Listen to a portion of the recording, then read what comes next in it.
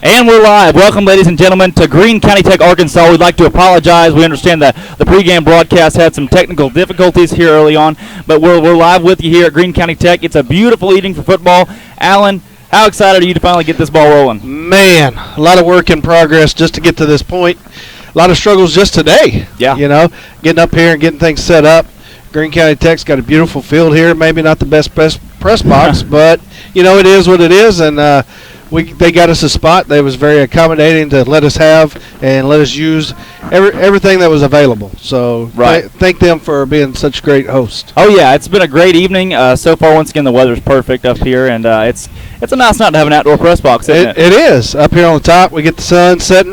Of course, it's right in our face, as you can tell. Yeah. But, you know, just like home, huh? Yeah, just like home, no joke. Alan, what are we going to see out of the Greene County Tech Eagles tonight? They went 0-10 last season. Coach Simmons has been coaching for 30, 40-plus years. He's a guy that's experienced, knows how to win football games, but he's 2-28 here at Greene County Tech. What's he going to do to try to change the ship, right the ship here this season? Well, you know, this being the first game of the year, we really don't have a whole lot of data to go off of other than their benefit game. And what I watched when I was watching their benefit game was still just a spread offense that we're going to get. Quarterback out of the shotgun with one running back. They're going to do a lot of short game, 5 to 7 yard dump passes, a lot of screens at the line of scrimmage. Yeah. And then their running game is just going to be that usually coming from where they put their receiver in motion. They're going to run right back at that motion. And that was everything that they showed us in their benefit game. Now, a lot of times that benefit game is your base offense, base defense. Right. So they could still have some trick up their sleeve. I mean, Coach Simmons has been coaching for 30-some years. He's got plenty of tricks up his sleeve. Yeah. I'm sure he does. So we know, just like Vilonia was, pretty vanilla in their benefit game. So I'm sure he's got some things up his sleeve for us tonight. Now, defensively, we'll see a forefront with two linebackers that have what we call a stinger and a rover on the outsides. So they'll look to pack the box tonight. So the Eagles will be tested here at the middle run game. I know the Eagles like to run what they call midline Minnesota. They want to run the ball up the middle, and we got some power backs to do it. So Vilonia tonight, offensively, we're looking at our starters being Tyson Wirtz at wideout as well as Austin Kuntz. They'll start at receiver. Kuntz is a sophomore, but he's a guy that's proven himself in junior high football last season. Right. On our line, that's the biggest part of our offense. All five guys that are on the line will be seniors this season. We have Levi Arundel starting at the left tackle, Wyatt Milliken at left guard, Ethan Gassaway at the center spot, Matthew Malott at right guard, and then Christian Gardner will start at right tackle. As well, we'll have Cody Simpson in there as the tight end. As I said, the Eagles like to run the football. They'll run it off of his butt. They'll run it all across that line. They're a bunch of big dudes. You look at the line overall, anchored by Ethan Gassaway, a senior who's ready to play. He's ready to play big-time football. He's a guy who's got a lot of speed, a lot of strength. So we look to see a lot of our line. Now, our running backs, it's an interesting situation. It's a good situation to have for the Eagles because they have Isaiah Rocha, who's our for sure starter tonight. But on the he's other a proven side, back. Yes, he is. He's a guy that ran last year, and even in his sophomore season, he's a power guy that has a lot of speed to him as well. We also have Michael Morris, Ben Duff, and Cody Mitchell, and we still don't know who's going to start there at that other running back spot. Yeah, it's got two. Coach is just looking for somebody to step up. Who can make the plays, who can protect the ball, who can gain me positive yards. That's right. And maybe somebody can step up and show him that tonight. Oh yeah, and I know that all four of those guys are proven because they're all seniors. Right. They're guys that ran the ball really well last year, didn't have a lot of seniors in front of them last season, and they did a great job. Now, at quarterback, a guy who is unproven, but in the offseason has stepped up into a big role, and that's Jordan Britton. He's a guy that's, as a sophomore, he's battled injuries the past couple seasons. In junior high, his 9th grade year, he actually broke his ankle in game number 3, but then his sophomore year last season, he only ran 6 plays of high school football, but he played JV. He played a lot of good downs in JV, and he's a guy that through the offseason has become a big team leader. What do we see from Greene County Tech defensively trying to stop him? Well, they're going to be in a similar defense. A 4-3 is what I've seen on the game film from them. They get to the ball. Yeah. They didn't show me in that game that they can hit us and wrap us up. Yeah. So with our big, powerful running backs, if we try to drive through tackles, we're going to be fine. Right. Seeing a lot of reaching, a lot of grabbing through that benefit game of theirs, and unless Coach Simmons has got that cleaned up, good hard running is going to take care of that. Right, and I hope it will. Now, the Eagles defensively, we look for our starters on the defensive line to be Drew Kilo. He's our first one defensive end, another sophomore guy. He's big, gained some weight in the offseason, still has speed, good reach, tall. Also, Matthew Malott, also a starter on offense. Then there's Wyatt Milliken, starts on offensive line as well. Then Christian Gardner, who starts on the offensive line. So a lot of guys going both ways here for the Eagles. I know you played some Eagle football. You saw some of that in your days, didn't you? Yeah, we were used to that. We didn't step off the field, but it was a different brand of ball then. With the up speed and what Coach Young's going to try to do is slow us down on offense a little bit. So there's not as many plays. Back then, we didn't run that many plays. Right. And with Greene County Tech, their job, they want to run that 90 play per game. Yeah, they do. So that's going to be a testament to see what the conditioning program was this over this past summer. If we're going both ways, how well did they take that conditioning? How seriously did they take that to be able to play both ways and be effective both ways? That's right.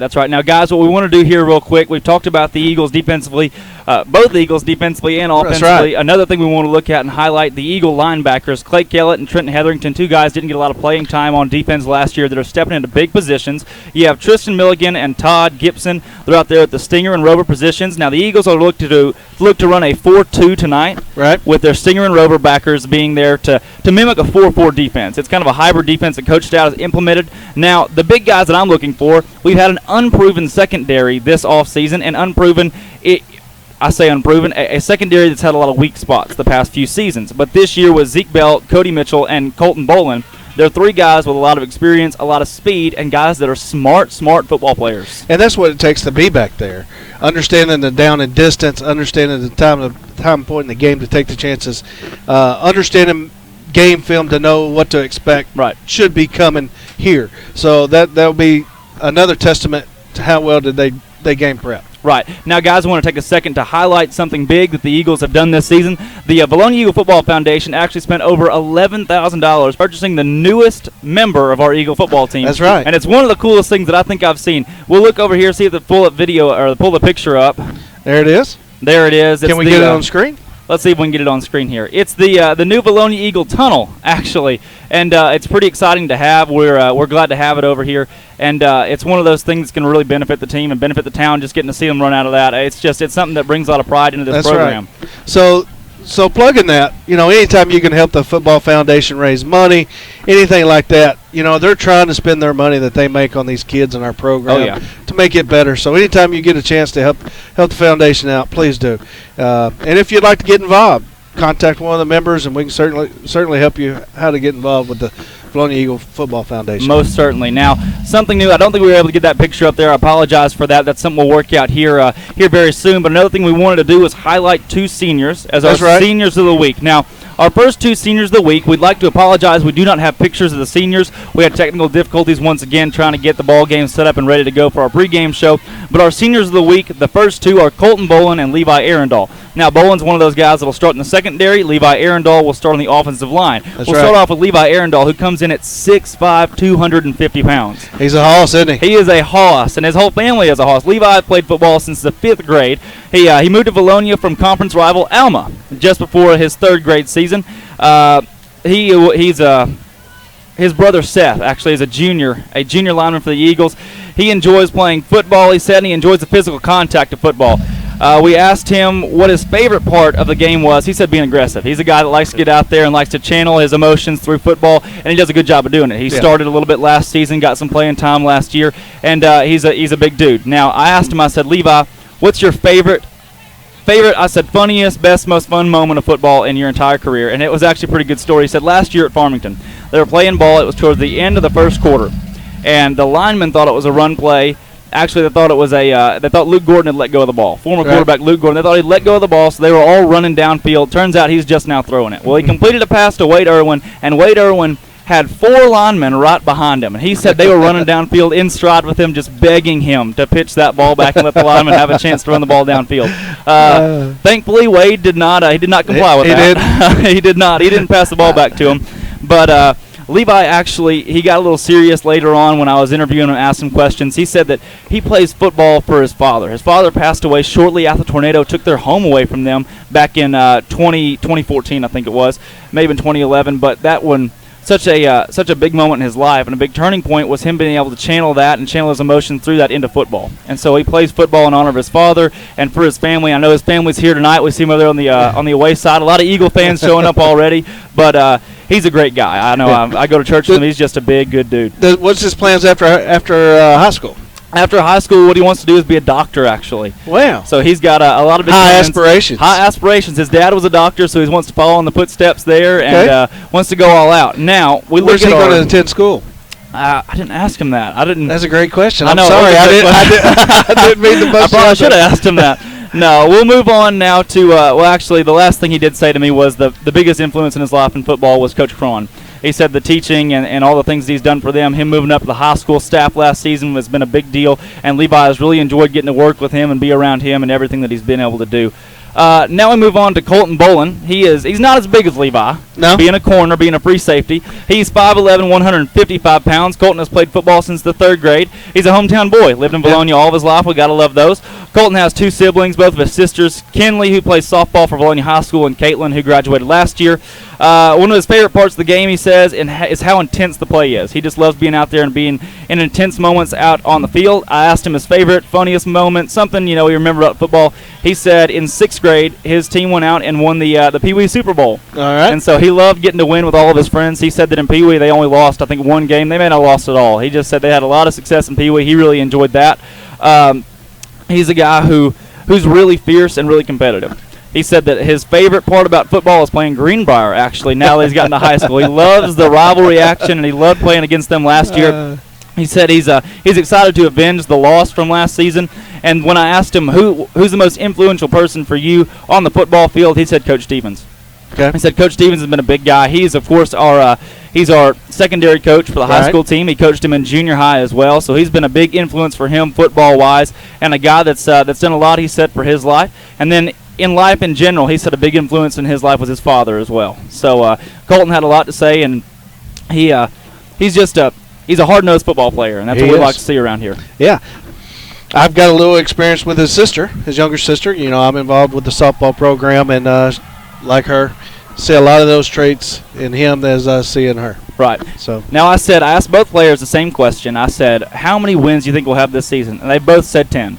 They both said 10 regular season wins, so I like to see that the Eagles are shooting for the moon going into the year. Hey, don't sell yourself short at any point. Don't sell yourself short. No. Shoot for the moon. Shoot for the moon. Now, one big thing that we wanted to talk about was the Eagles' chances in the playoffs this season. That's right. If you look at the schedule that we have this year, I'll pull it up real quick. The Eagles start the season off, of course, tonight against Greene County Tech, and then they'll travel once again next week to Pottsville. Both teams they defeated last year pretty handedly, and then they'll take on Boonville. That's just a 4-point win last year, and Boonville's a well-improved team.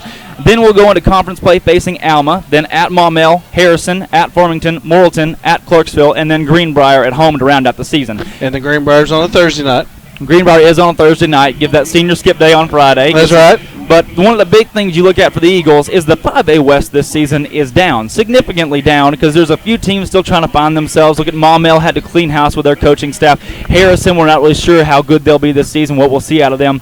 What we want to do is we want to make the playoffs. That's our number one goal. But what Coach Young said he wants to do is be number one in the 5A West this season. And if you look at the way everything pans out this year, you see Morrilton will most likely run the table in the West. Yeah. Morrilton's got a great team, a solid group of sophomores moving up out of the junior high squad. Morrilton will look good this year. Now, let me give you a scenario here for the Eagles taking the number 2 spot in the playoffs this season. Now, say Vilonia comes in, loses down to Alma, and then beats Greenbrier, all right?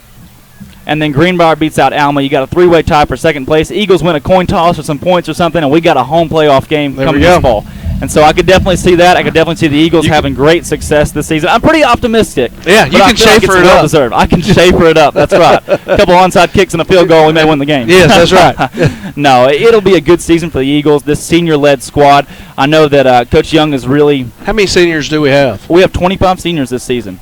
And that's that's a lot. Oh, it is. It's a lot compared to last year, the year before. And this group of guys has fought really hard. And now that'll be one thing on the Greene County Tech side of the ball. They have 22 seniors. All right. They're a 46-man roster, not the biggest team we'll see all season. But with 22 seniors, their experience, and 16 starters coming back this season from last year. 8 on defense, 8 on offense. That's right. So they'll be a balanced team, and their experience. Now, one thing that may catch that may go in the Eagles' favor, Right. let me say, is that their starting quarterback from last season, Stovall, Yep. won't play ball tonight. No, when we got here and got setting up, took a look out there on the field as they're warming up.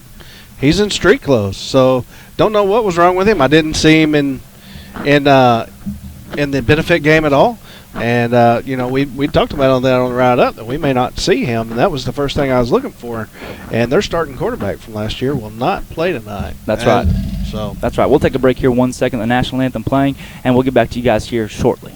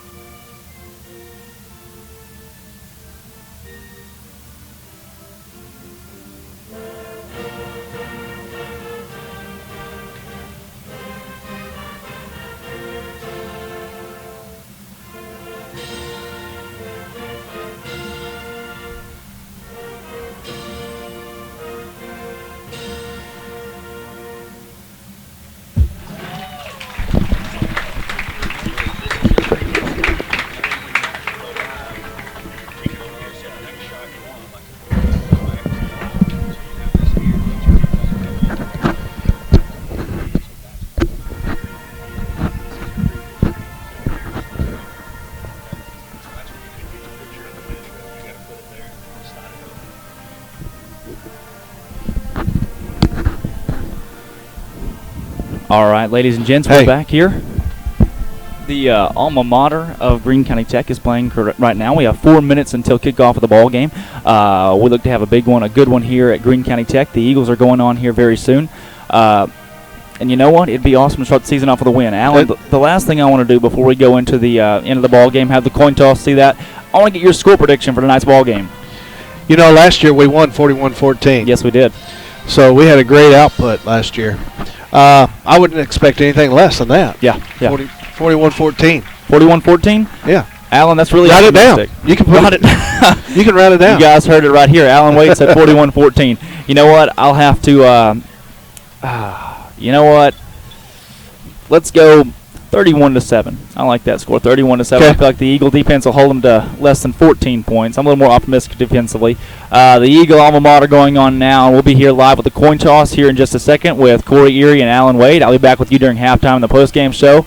But it's going to be a good night here. It's great weather going on so far. I'll have some broadcasting. I won't be broadcasting, but I'll get some information from the sidelines, and we'll have a good night here at Greene County Tech. Once again, beautiful evening, guys. We're going to send you to one last break before we get to the coin toss and the game. We'll put you back on with Corey Erie and Alan Wade. It's going to be a good night. It is. Nice, beautiful weather up here. Wish you could have been here, but thanks for tuning in on YouTube for us. Oh, yeah, and hey, if you know anybody else that wants to watch the game, can't watch the game, go ahead and let them know right now. I'd also like to add, you have a smart TV. You can put this broadcast right up on your TV and watch it live in the living room. Any other device you can stream from, watch this game live. Guys, thanks once again for joining us. This has been Drake Toll. We'll bring Corey Erie on. We'll get you down to some of the action on the field. Go Eagles. That's right, go Eagles.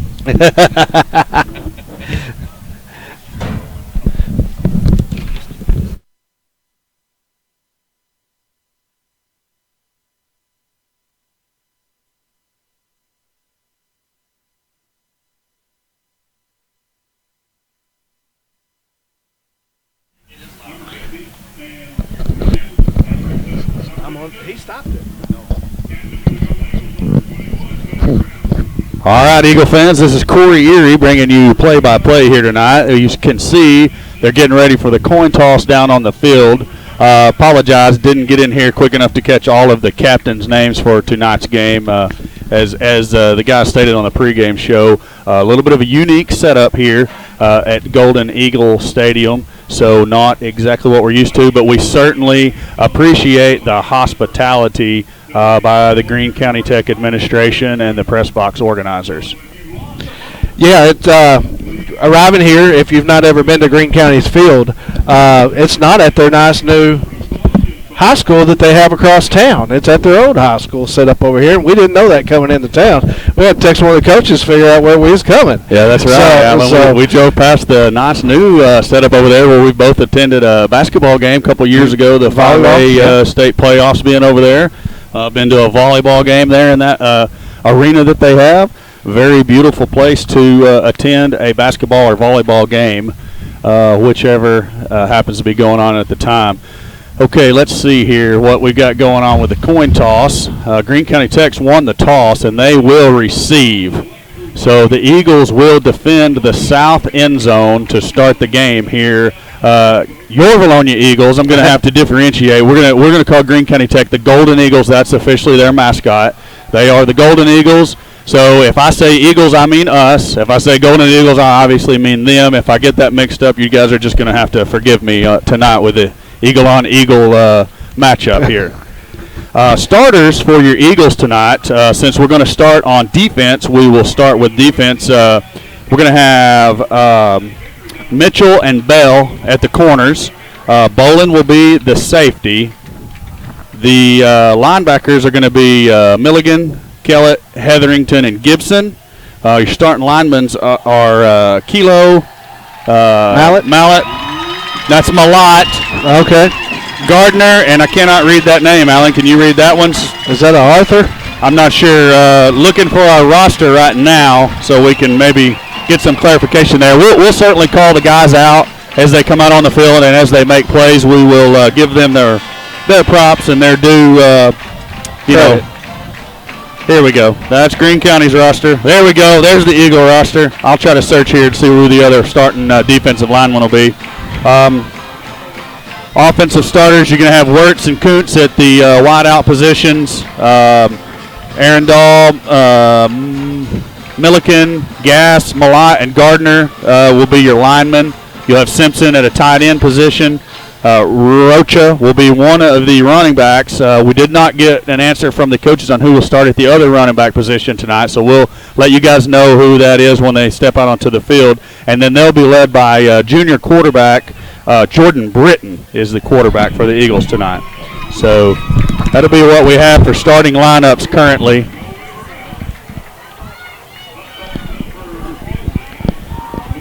There you see Greene County Tech Golden Eagles set to receive. Looks like we're going to have number 2. That's Eli Mason. And number 21, Kobe Brown, deep for the return for the Golden Eagles. Kicker for Vilonia is going to be number 16, sophomore Nick Lewis. So sophomore Nick Lewis getting the start in his first senior high game, Alan. Yeah, as a sophomore. So I don't recall him kicking much in the junior high ranks or 7th grade. I know he played quarterback at some point in the junior high ranks. Beyond that, I really don't know. So yeah. So we seen him kick there in the benefit game. He done a good job there. So obviously he's won the job. So here we go. And the ball's away. It's going to be a shallow kick fielded by number 15 there about the 20-yard line. He's going to break through the first wave. He's going to be taken down by number 20, Todd Gibson. Return man on the play was Kobe Brown for the Greene County Tech Golden Eagles. Return of about 14 yards there on the return for the Greene County Tech return man. So the Golden Eagles will have it 1st and 10 at their own 34-yard line to start the contest. Alan, I think you guys covered it in the pregame show. What are we going to see here out of Greene County Tech? We'll see a lot of spread, a lot of dinks and dunks, 5 yard. If we're running here, we're going to run right back at where there we go, running right back at where they motion from. Excellent backside containment there by number 17, Zeke Bell, on the, like you said, running opposite of that jet motion. I know, Alan, you scouted some of their film on huddle, and you said basically they're going to run that jet sweep, or they're going to run back across it in the opposite direction. Sometimes running an option, they'll throw a few pass plays, usually the shorter routes. Here comes that jet motion to the left. Quarterback's going to keep trying to get around their outside. Eagles with good pressure. That's going to be number 28, Colton Bolin, coming up for the initial contact, wrapped up well. Seen 52 on that tackle as well. Got a 3-yard gain out of that. Good pursuit.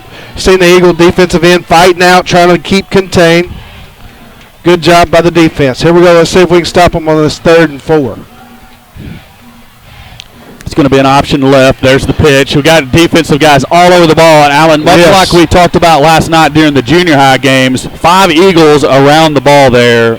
Swarm to the ball, gang tackling. Really, really like to see that out of the Eagles. So here. That makes it tough for me as a statter to try to try to nail that down to 1. I've got a spotter on our way here. So there you go. Good. So hopefully we'll have a little help calling out these numbers here momentarily if I can get the spotter up to the booth. So Greene County's going to come out in a punt formation. You have 28 Colton Bolin deep to receive for the Eagles. It's going to be a fake.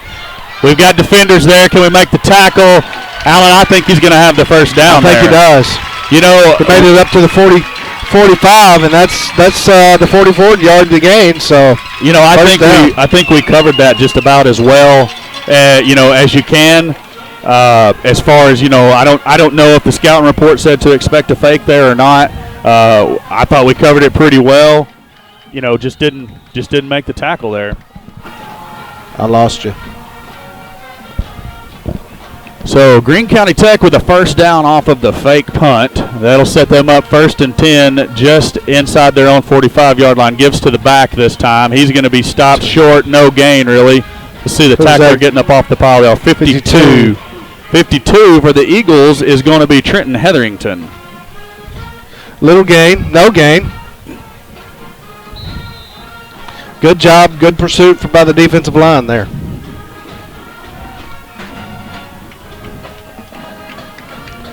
So Greene County Tech staying with that spread shotgun formation there. Snaps a little bit low as you see. Quick out to the number 27 there. He's got a lot of running room, Alan. It's a foot race now at the 15. Is that Bolin that finally? No, it's going to be number 17. Number 17, Zeke Bell, finally ran the receiver down. The receiver is number 20. Number 20, Landon Maxwell was the receiver on the play. Just like Alan said earlier, that little quick out to the flats there, and he just split a couple of blocks, and he was off to the races. Looks like we may have a flag. Everybody's walking back this way. I do see the flag on the far side of the field now. The side judge has it. Yeah, I see it right there. There's going to be a hold or a block in the back, I would suspect. 46. Waiting for the signal here from the referee. And they're certainly marking it off. So looks like a hold. Okay. Against Greene County Tech. So the hold occurred up around the 46-yard line of the Eagles. They're going to mark it off 10 yards against the Golden Eagles. That's going to back them up to their own 44-yard line, where it will be 2nd and 11 for the Golden Eagles of Greene County Tech.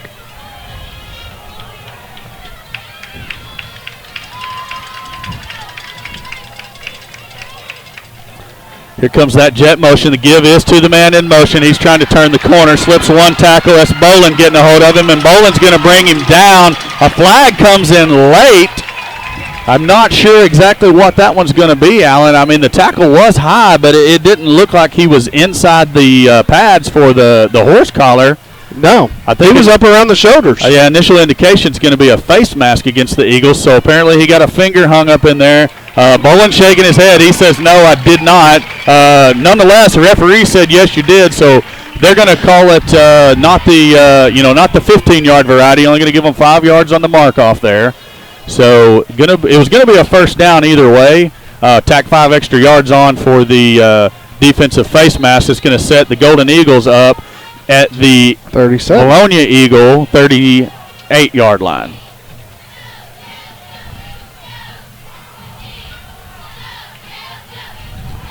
Golden Eagles with that spread formation again. They do have a tight end in the game this time. We'll need to pay attention to that. Quarterback's going to option it out to number 21.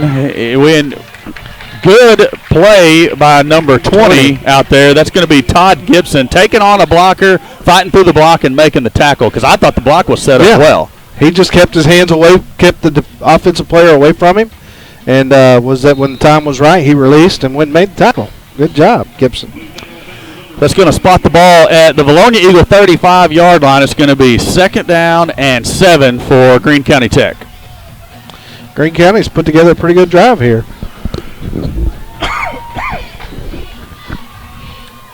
There's just under 8 minutes left in the first quarter. 52 on the tackle. 52 is going to be Trenton Hetherington. Running back for the Golden Eagles was number 21, Kobe Brown. Gain of about, give them 5 on the play. That's going to bring up 3rd down and 2. And your Vilonia Eagles here with another chance to stop this early offensive drive of Greene County Tech that was aided by the fake punt earlier. I would fully expect if Greene County Tech doesn't convert, we probably see them go for it on 4th down. Yeah, you're in no man's land right here. You got to go for it right here. That's quite a long distance for a field goal in the high school, so got to stop him straight up the middle. He's hit by Hetherington. Hetherington brings him down. I know there was somebody else with contact there, but Hetherington had a hold of the legs and ultimately tripped him up. It is going to be enough for a Greene County Tech first down. There'll be 1st and 10 from the Vilonia Eagle 20-yard line. 10-yard gain. That's a nice hard run there. Yep, good inside run there by the running back for the Golden Eagles. By Mr. Brown, yep.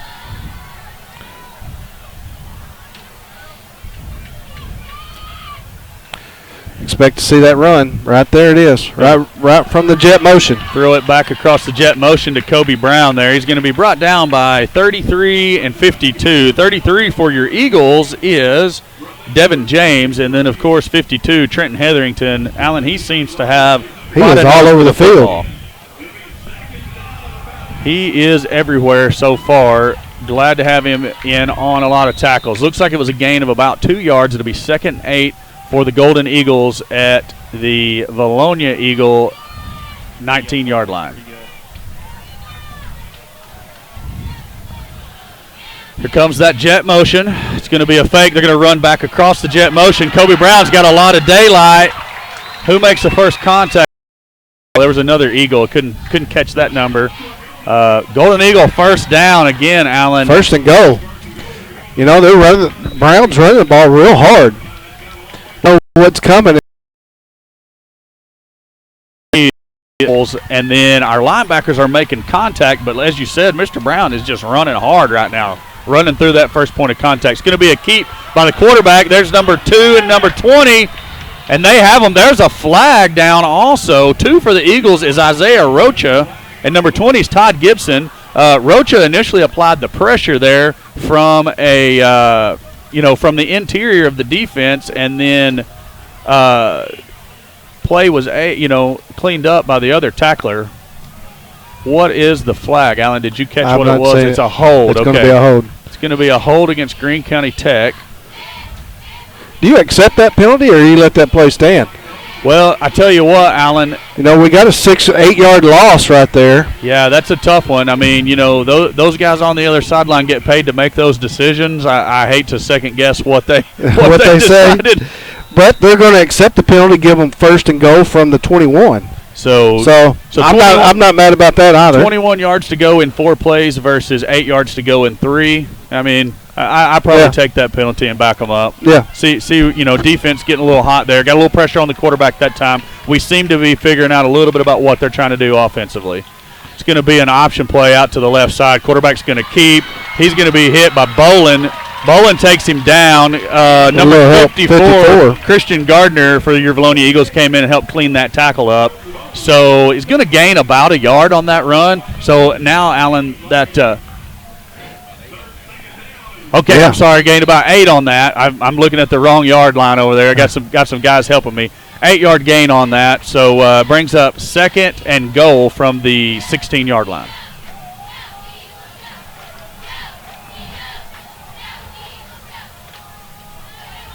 Quarterback's looking to pass this time. He's being pressured. It's a bubble screen. There we go.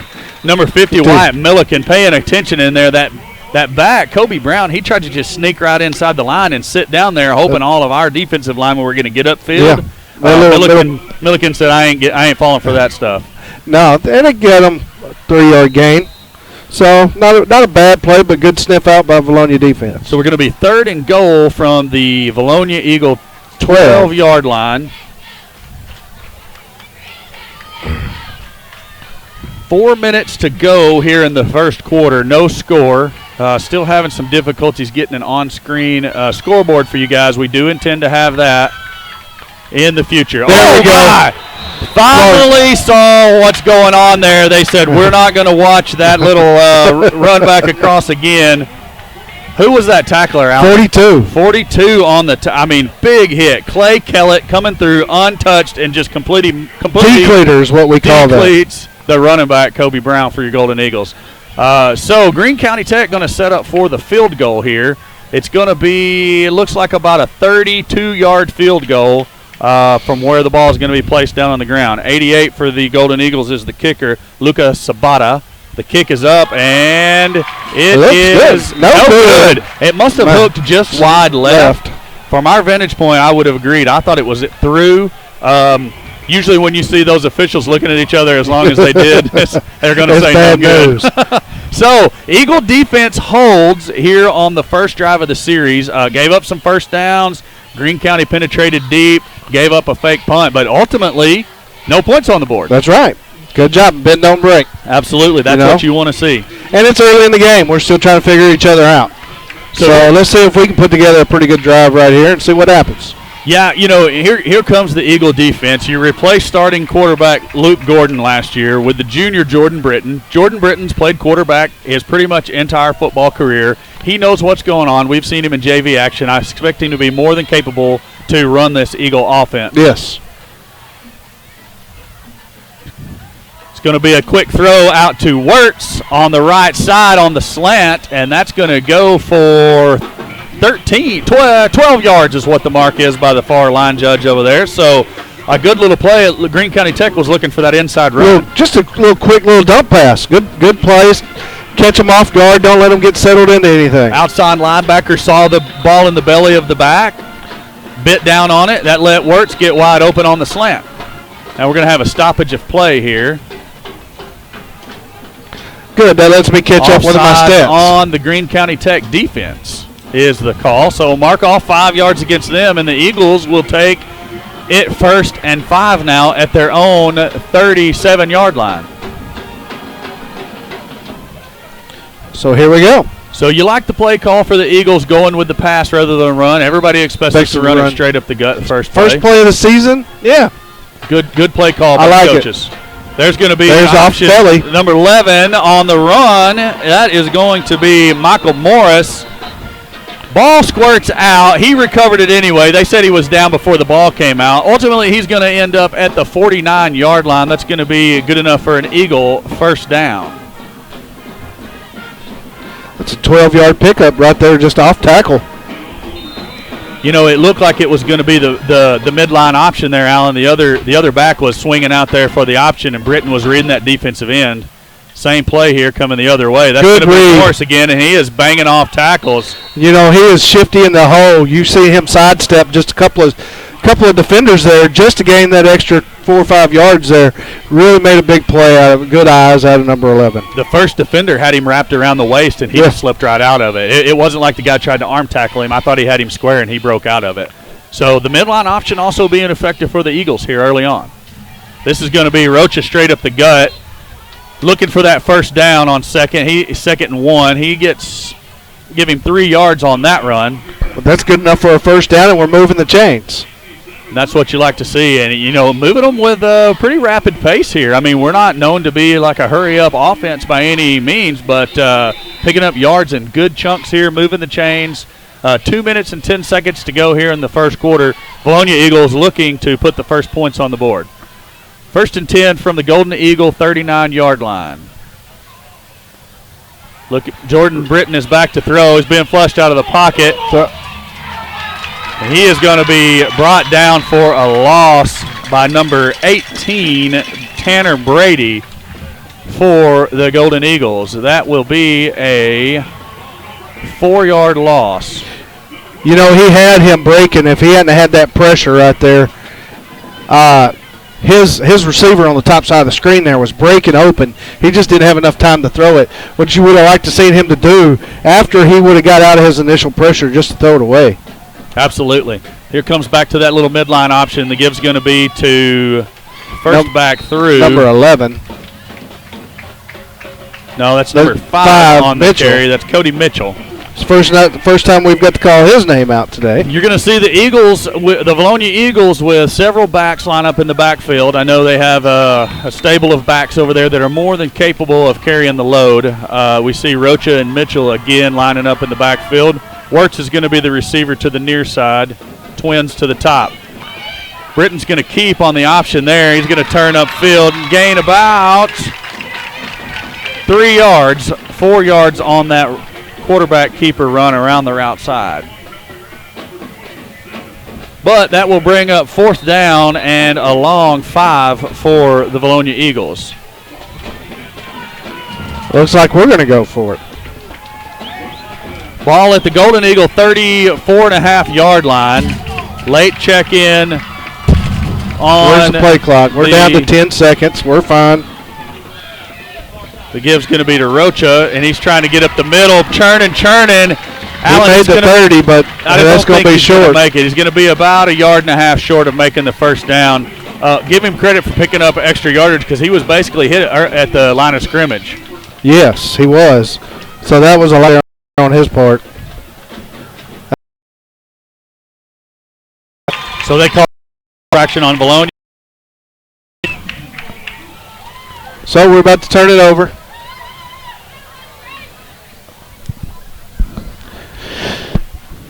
So 9 seconds left here to go in this first quarter. Man, this is a fast one. Yes, it has gone fast. A lot of ground and pound by both teams. Keeps the clock rolling, makes it for a faster game. 9 seconds to go in the first quarter. No score by either of the Eagle squads. Golden Eagles of Greene County Tech are going to have it 1st and 10 at their own 30-yard line. Let's see if they change up their offense a little bit here. Going to go straight back to that jet motion. He's going to get around the edge and run for about 3-yard gain. That is number 32, Devin Smith on the run. I didn't pick up the tackler. We're still awaiting a spotter. Cody Mitchell's side up top there. So that was his cornerback slot. So I'm sure he was in on that tackle there. So the first quarter comes to an end. No score by either team here in the first quarter. Alan, give me some offensive statistics here thus far in the first quarter. Put me on the spot, why don't you? Let's see what we can find out here. You're the man holding the smart box over there. I was hoping you'd have that. Greene County Tech, 8 first downs, 14 rushes, 52 yards, 3.7 yards per carry. They're quarterbacks 2 for 3 for 1.7 yards. So is that the passing statistic there? Yeah, that's the passing statistic for Greene County. So total yards, 17 plays, 56 yards. So, and that's basically their one offensive series. We both had one series in the first quarter. Now, how many yards did they gain off of that fake punt? Do you have that stat? No, I don't break it down like that. Is that going to be included in the total yardage? That's total yardage, okay. Yeah. So they gained a good chunk of yardage there on the fake punt. So likewise, Vilonia, 4 first downs, 7 rushes, 33 yards, 1 for 1 in the passing game. That was a 12-yard pass.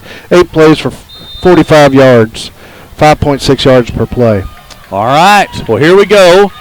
It's going to be Golden Eagle ball, 2nd and 6 at their own 35. Gibbs going to be straight ahead to Kobe Brown. He's going to be brought down by number 52. That's going to be Trenton Hetherington on the tackle. That hole opened up in the middle, and Hetherington was just sitting there waiting on him. Just come right on in, and Hetherington done a good job, stepped up, and made a great tackle for no gain. Again, we'll remind you there's no score in the first half by either of the Eagle squads, so the score remains 0-0 here at the beginning of the second quarter from the Greene County Tech Golden Eagle Stadium here in Paragould, Arkansas.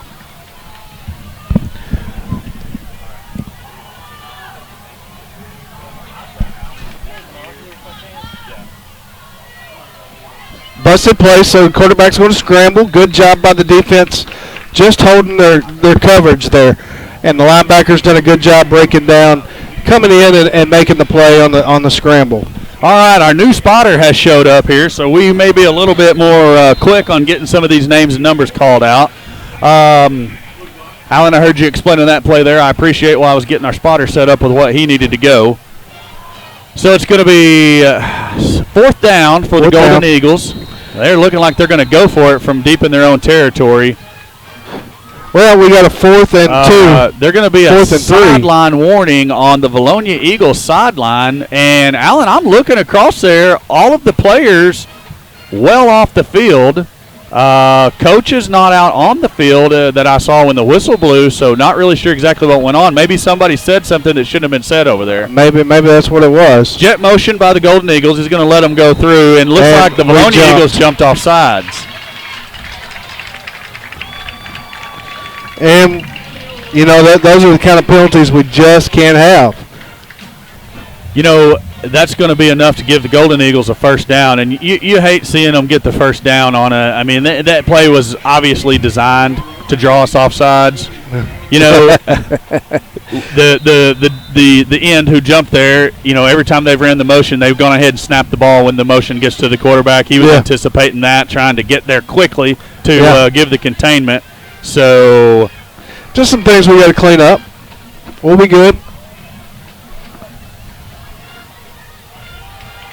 1st and 10 for the Golden Eagles from their own 42-yard line. Here comes that jet motion. Quarterback's going to be back to pass. Looking to throw deep down the field, but, Alan, it's really not close to the receiver. No, and if it was, I mean, 17's there right there in coverage. So Zeke Bell on the coverage. Zeke's done a great job out there in his cornerback position so far tonight. Had a couple of good tackles.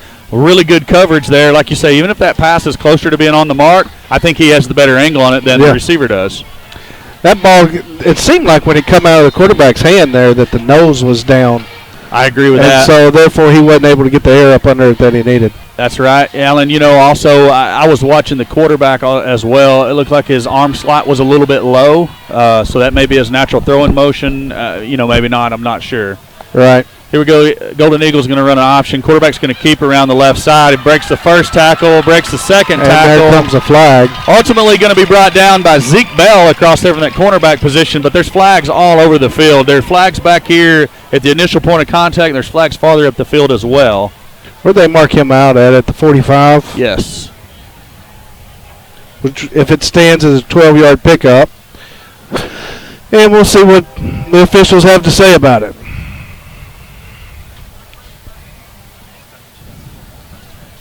Still awaiting. Yep, initial signal is going to be hold. Vilonia Eagles are obviously going to accept that penalty. Now, where are they marking that penalty off from, Alan? Where exactly did the hold take place? Well, so I'm going to say the hold took place somewhere around the tackle. That's because they're spotting it back here at Greene County Tech's 45. Okay, so 10-yard mark off at the end of the run on the Golden Eagles. It's going to bring up 2nd down and about 7 yards for Greene County Tech. It's going to bring up a 2nd and 8. Well, 2nd and 7 up there. I've got 2nd and 8 on my stat sheet here. Golden Eagles getting set in their spread formation. Here's the snap. Looks like they're going to run an option. Quarterback's going to pitch to 21, Kobe Brown. We've got tacklers all over the place. That's right. You know what? That quarterback done an outstanding job getting upfield and turning that runner back into where his help was at. Absolutely. And that's what made that play a success for us. They're going to give him a gain of about 6-8 inches on that, so going to call it still 3rd and 7 for the Greene County Tech Golden Eagles. I think Drake mentioned to you guys about the new blow-up for the Eagles that we'll run through when we're home. I'm going to show you a quick picture. Okay, I'm not going to show you a picture of that. Still having difficulties getting that on the screen. We'll work on that a little bit later. Was hoping to show you that. Here we go. Greene County Tech's back to pass. Nobody open. He's taking off running. Out of a couple of tackles, ultimately going to be brought down by number 1, Tristan Milligan, for the Eagles after really, again, very minimal gain, if anything. I'm going to call it a yard. Give him a yard, so it's going to bring up 4th and, what do you have? 6? I've got 4th and, if you count the stick out there, we're 4th and 6. So that's what we're going to go by. Okay, 4th and 6. Now, Golden Eagles set up in that punt formation again, but you got to know it now that we know what we know. It's the running back, Kobe Brown, in the backfield. That's right. He's taking off again, soccer-style punt. Get out of the way. Get out of the way. 5. That's going to be a muffed punt by the Eagle receiver. Greene County Tech's going to recover at the Vilonia Eagle 31-yard line. And, Alan, we're up here saying get out of the way, get out of the way. For I think he thought he had a shot at it. Just comes up and can't hang on to the football. That's right.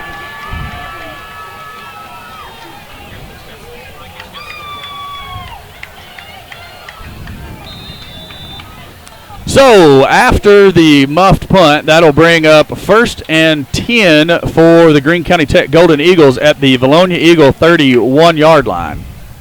So another miscue on a punt by the Eagles gives Greene County Tech a 1st down and keeps their offensive drive alive. So defense doing their part, special teams struggling. Option to the left, quarterback's going to try to keep. Hit by 2 Eagles and spins out of the tackle. One of them comes back and gets a hold of him, finally brings him down. That's going to be 52 and 33. Tristan Hetherington and James. Spotter's helping me out with names here.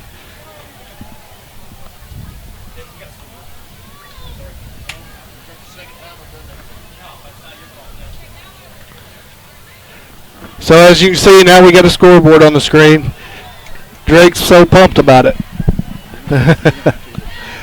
Here we go. Look for that run back towards that jet sweep. That's going to be Kobe Brown. He's breaking free, Alan. I think he might get there, and he does. Touchdown, Golden Eagles. I didn't see the beginning of the play. I just heard you call the beginning of it. But when I looked up, he had broken through the 1st and 2nd wave of Eagles, and there was nobody there. Yeah. We had a couple trying to give chase, just couldn't make the tackle before he crosses the goal line. So take that scoreboard down, Drake. We don't need a score. First thing that happens when we get a scoreboard on screen is the wrong team scores. So Golden Eagles of Greene County Tech are going to lead 6-0 here with 6 minutes and 50 seconds to go in the 2nd quarter with the point after ensuing. Sabata for the Golden Eagles. Kick is up, and again, he's going to be wide of the conversion, so no good on the kick. And the score will remain Golden Eagles of Greene County Tech 6 and your Vilonia Eagles 0. With, again, 6 minutes and 50 seconds to go here in the 2nd quarter.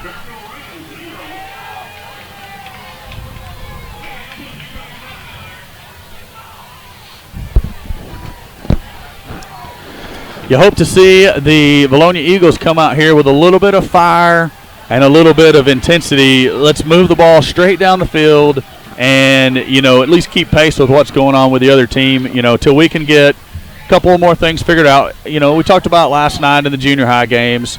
First game of the year, definitely some jitters going on. Mm-hmm. Definitely going to be some things to clean up. Nothing that the Eagles of Vilonia can't overcome here. Well, Greene County Tech's run 25 offensive plays to our 8. We've only snapped eight plays. to this point, and we're halfway through the second quarter. So certainly our defense probably getting a little tired, a little worn out. So we need to get this kickoff and have a sustained drive right here. Give our defense a little bit of rest and put some points on the board. Agree 100%. You want to see some points on the board. Now, the Golden Eagles of Greene County Tech received the opening kickoff of the game, so Vilonia Eagles will be set to receive after halftime. You'd like to see them score here and eat up most of that clock with a chance to completely flip the scoreboard over on the Golden Eagles. That's right. Who's our top returner up there? That's going to be number 5, Cody Mitchell, and number 28, Colton Bolin, deep to receive. Kick's going to be short to number 7. He's going to get upfield to the 29-yard line before he's taken down. Number 7 is Draven Smith, a sophomore, fielding that short kick. And what did he gain, Alan? I'm going to call that about 7 yards. A 7-yard gain, so he fielded it around the 20.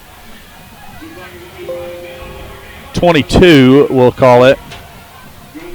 Ultimately, the ball is going to be spotted at the Vilonia Eagle 30-yard line where they will have a 1st and 10.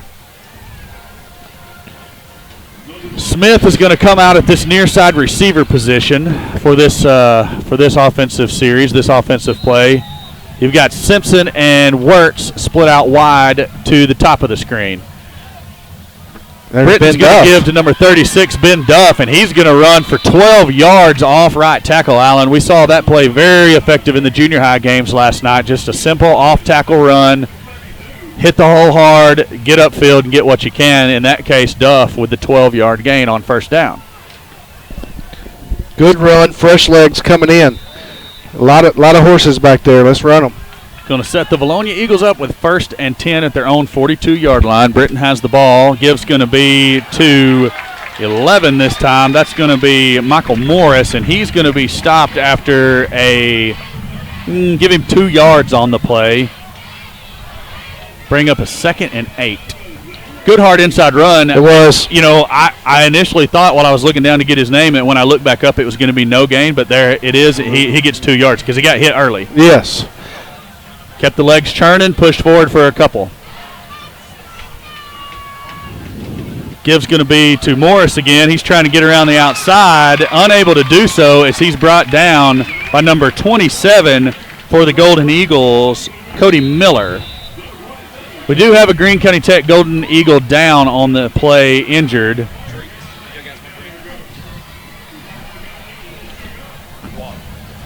Let's see. That was a 3-yard pickup. 3-yard gain. 86, the man down for the Golden Eagles. That's going to be Where's it? Nick Ferris. Oh, there he is. Yeah, trainers out there talking to him. Head coach walking across to check him out now. Make sure he's okay. Head coach for the Golden Eagles, Don Simmons. His assistants are Nathan Morgan, Jeff Hudson, Derek Henson, Brian Lovins, Tyler Heston, and Richard Griffith. Be a good time to talk about some of our sponsors, Vilonia Eagle Foundation, helping us get all this equipment together, along with DNN Construction and the Charlie Roller Foundation. So anytime you see any of them guys, give them a big thanks that they're helping us to bring this game live to you here on YouTube. And certainly if you get a chance to help out the Eagle Foundation or the Charlie Roller Foundation or DNN Construction, please do so. So here we go. Eagles are going to have it 3rd and about 4 yards. And the ball, Britton's going to throw it out there. Looks like he was thinking the receiver was coming in. Receiver went out, and the defensive back was there for the interception. That's 32, Devin Smith for the Golden Eagles on the interception. We were talking earlier about first game, and a little bit of things to work out. Not sure if the route was right, route was wrong. Either way, a quarterback-receiver mix-up there results in an interception. But what also happens is our defense, who has already played 25 plays this first half, has got to be back out on defense. You've got to wonder how that's going to affect the Vilonia Eagles late in the fourth quarter, especially if it remains a tight game and we've got to have a defensive stand to secure this game. What kind of legs are they going to have since they have played the majority of the first half. That's right. And the Eagle defense has been on the field majority of the first half. Got about 5.5 minutes left here in the first half. Same play they run on their touchdown. It's going to be Brown, and he's breaking all kinds of tackles. And now he's carrying Eagle defenders up the field. Allen, what should have been a tackle for a loss, it turns into a 14-yard pickup for the Golden Eagles. Yeah. And a little bit of fire on their sideline. They're fired up. And players, they want it more right now. That's right. They didn't win a game last year. They got something to prove this year.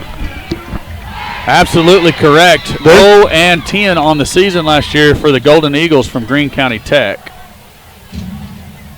Going to be a timeout taken by the Vilonia Eagles. Appears that there may be a player shaken up across there a little bit. And, you know, maybe Coach Young just wants to talk it over and get his Eagles calmed down a little bit here and remind them that, you know, there hasn't been a lot of good necessarily to talk about, but you're only behind 6-0. That's right. I mean, this game is by no means out of reach. So just get your head together. Let's go play the ball that we know how we need to play, and things are going to be all right. And no disparagement toward the Eagles. There's definitely been some good things, but you put yourself in those young guys' minds down there. What are they thinking right now? It's over. It's done. So we just gotta, and you see Wirtz out there. He's trying to fire up the defense. You like seeing that offensive guy coming out trying to fire up the defense.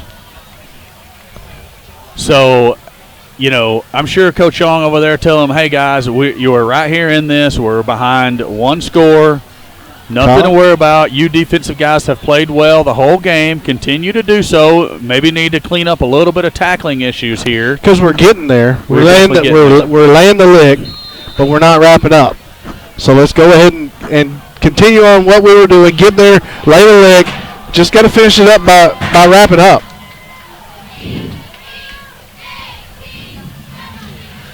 Jet motion again. Quarterback's going to run opposite of the motion, and he's looking to get around the outside. Going to gain a couple of yards. Flag on the play.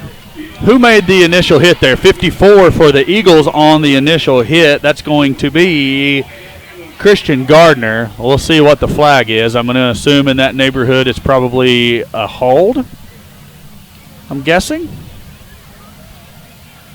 Absolutely going to be a hold against the Golden Eagles. So that'll be a 10-yard mark off from the spot of the foul, which they are saying was at the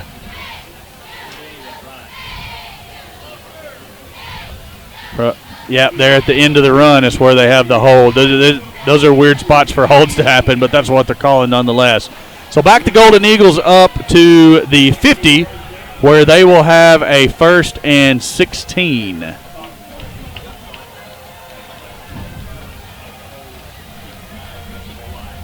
Alan, I would say being behind the sticks does not play into the Golden Eagles' offensive scheme of what we've seen thus far. No, they're a running team much like us.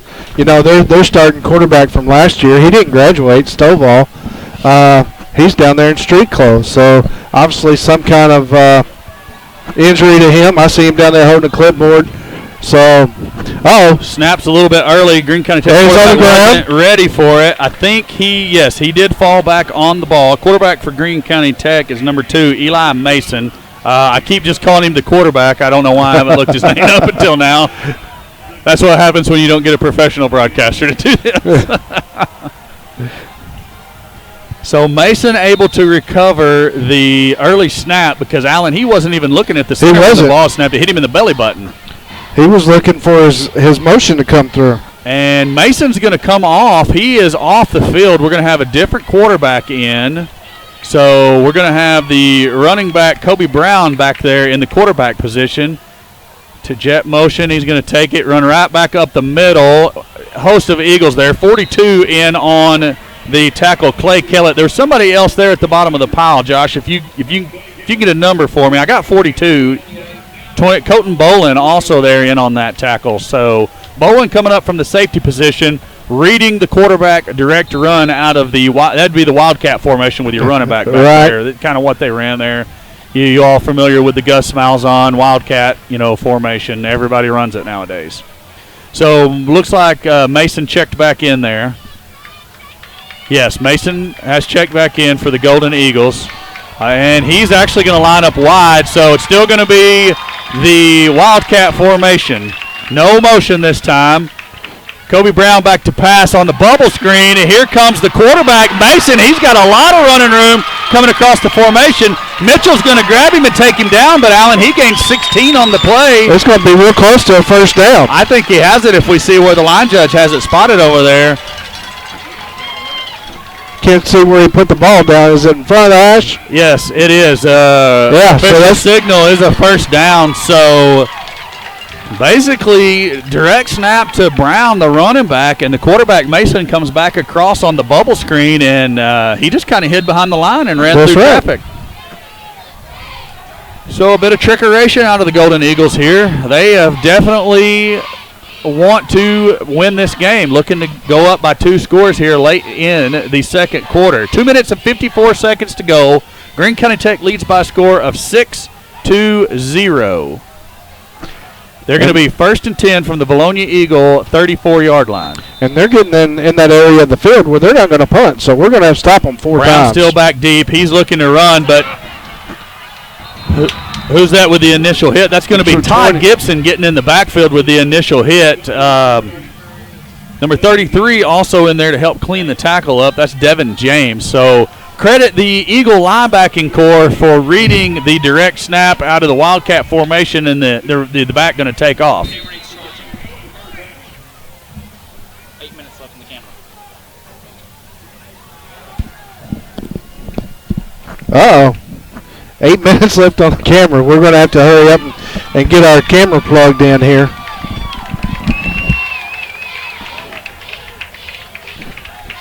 Ball spotted at the 40. Pass out from 21 down to, I couldn't tell who the receiver was, but it was wide. No chance. It was incomplete to number 82. So here we go. It's going to bring up a third down and long.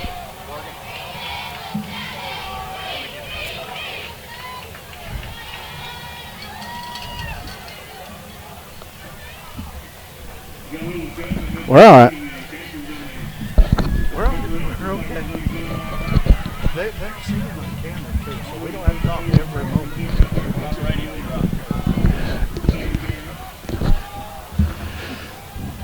So as we get ready, there's going to be a big third down. Like I said, we've got to stop them twice.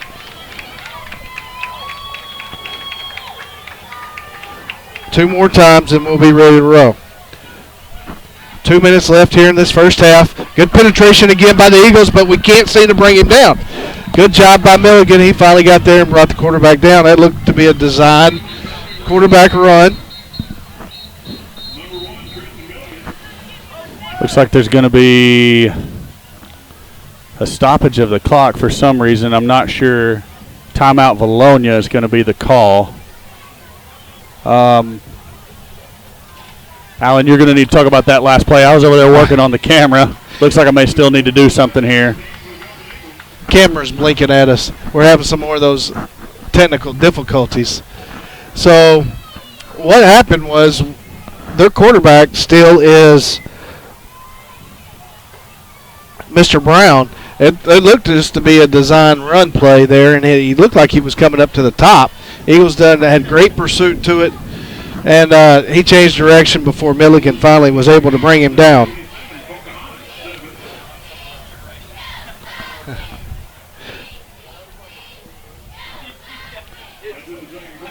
Getting some messages that our mics might be just a tad hot. Trying to make some adjustments here. So see you guys sending me text, letting me know that. Thank you. Yes, appreciate it, and let us know if we have anything corrected. Yeah. So we have to hear each other in our ears as well, plus get the signal out. Sometimes we have a little trouble getting all the dials turned exactly right. So and through all the commotion, we held them. 4th down from the 40. Looks like they're out in their punt formation. Let's hope Okay, getting word that the audio sounds much better now. So whatever I did over there on the board seemed to have helped for the time being. And you guys keep the info coming in. And that's funny how that gets moved around. We haven't touched it since we started our broadcast. I guess it's our wires. I don't know what's going on. Yeah, there's no. So 21 Brown, the running back, he's back to punt again, and he's going to – I mean, if he does what he has been doing, he's going to run that soccer-style punt and see if there's an opening to run first. That's their first look is to look – well. He's going to go straight punt on the low snap there. That ball's going to bounce. Boland's smartly going to let it roll. It's going to cross the goal line for the touchback. Vilonia Eagles will have it 1st and 10 from their own 20-yard line.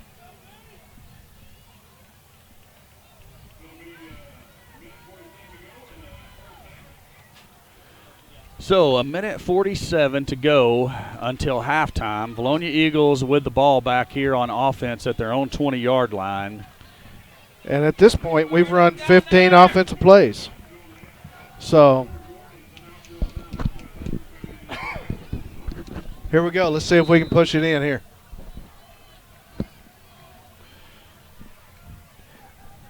Run off tackle. Whole host of Golden Eagles there on the tackle. I couldn't see. Rocha on the run for the Eagles, I believe it is. I didn't see the number before he got in the design. No, 36, that's going to be Ben Duff. So Ben Duff on the run. Gain of 3 yards, 4 yards, give him 4 yards, going to bring up 2nd and 6. And the Eagle offense is going to have to get a little tempo about it here with 74 yards to go to the end zone.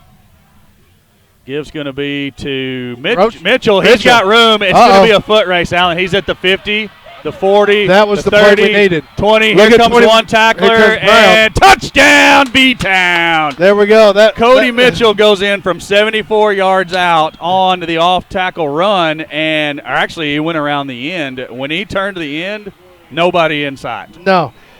Offensive line done a good job driving their guys inside. They left this whole sideline wide, stinking open. Linebackers bit on the inside fake to the. I mean, not necessarily a fake, but the other end, the back's always going to fake up inside. So good run by Cody Mitchell for 74 yards, and the Vilonia Eagles score. And you're going to see Nick Lewis come out for the point after try. Critical onside or field goal right here, PAT. Absolutely. Game tied 6-6. Kick is low, and I don't think it's going to make it. No, it does not make it to the uprights. So score's going to be tied here, 6-6 for each of the Eagle squads with 1:06 to go till halftime. And Golden Eagles are going to have the football on the ensuing kickoff here. Allen correcting some inadvertent stats over here. Drake's trying to get our scoreboard updated for us. It's a little bit there we go. Now you see it popping up on your screen.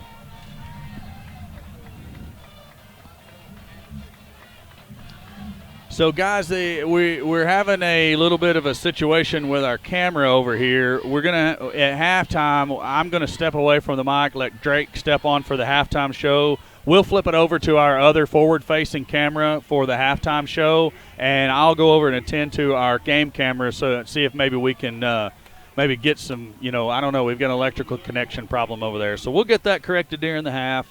And like I said, we'll have Drake and Allen here with the halftime show. I don't know exactly what he's got cooked up, but I know it's going to be good for the halftime show. He's nodding in approval over here to my left, saying, yes, I'm going to have a great halftime show. I know all you guys will look forward to hearing that. I hope you all stay tuned throughout. I'm going to mention those sponsors again while I'm thinking about it. Alan brought it up a moment ago.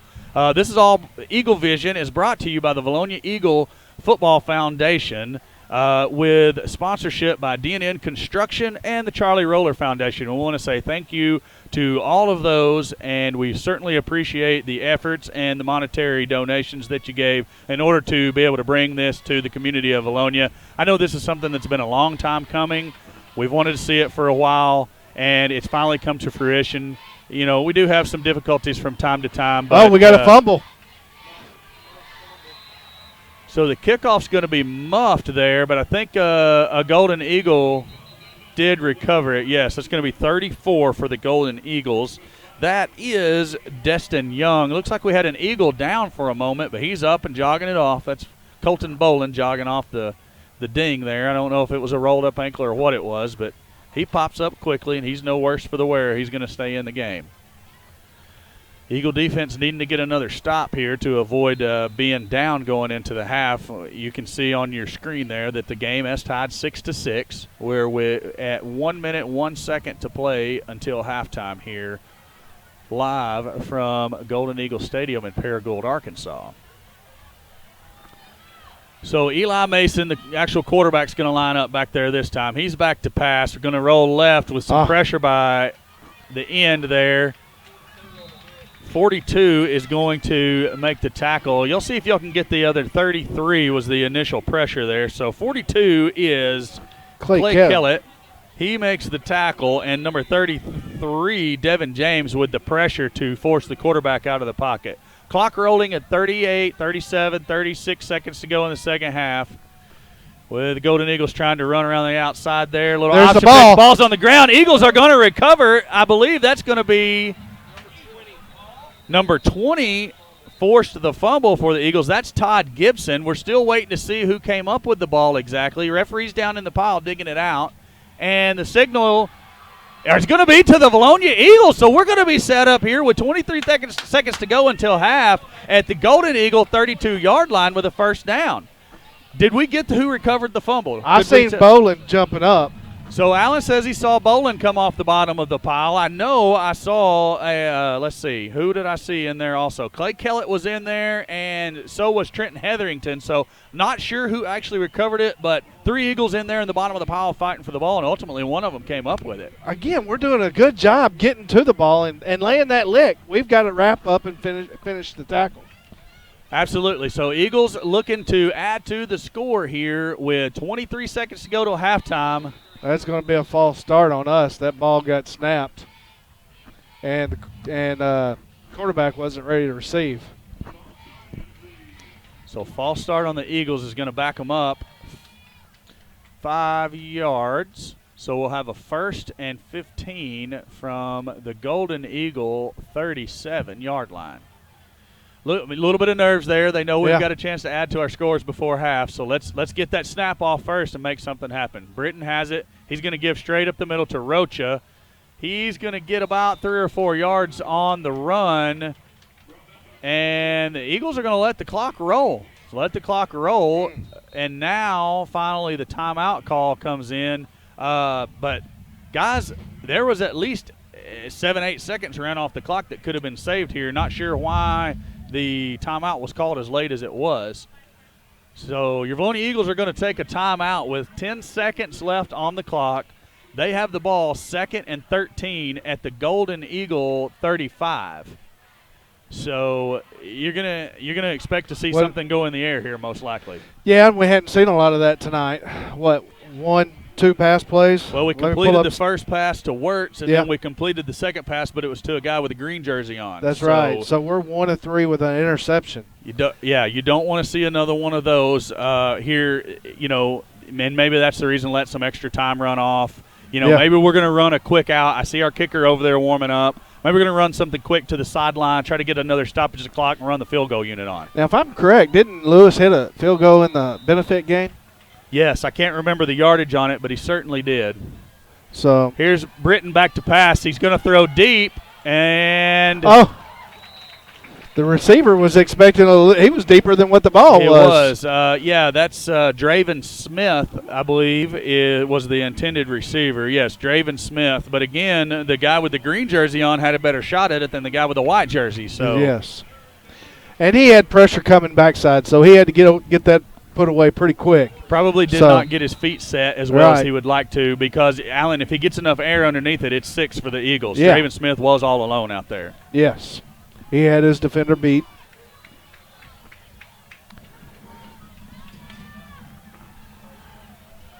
Britton's looking to run. There's the buzzer. Britton fumbles the ball out of bounds. That's going to be the end of the half. Score tied 6-6. I'm going to step away from the microphone and let Drake slip in here for the halftime show. Again, Eagles tied 6-6 here in Paragould at the half.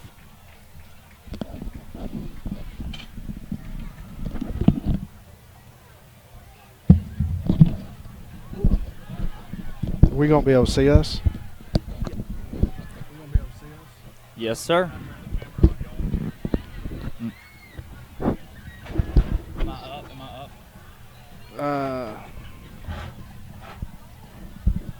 I turned up?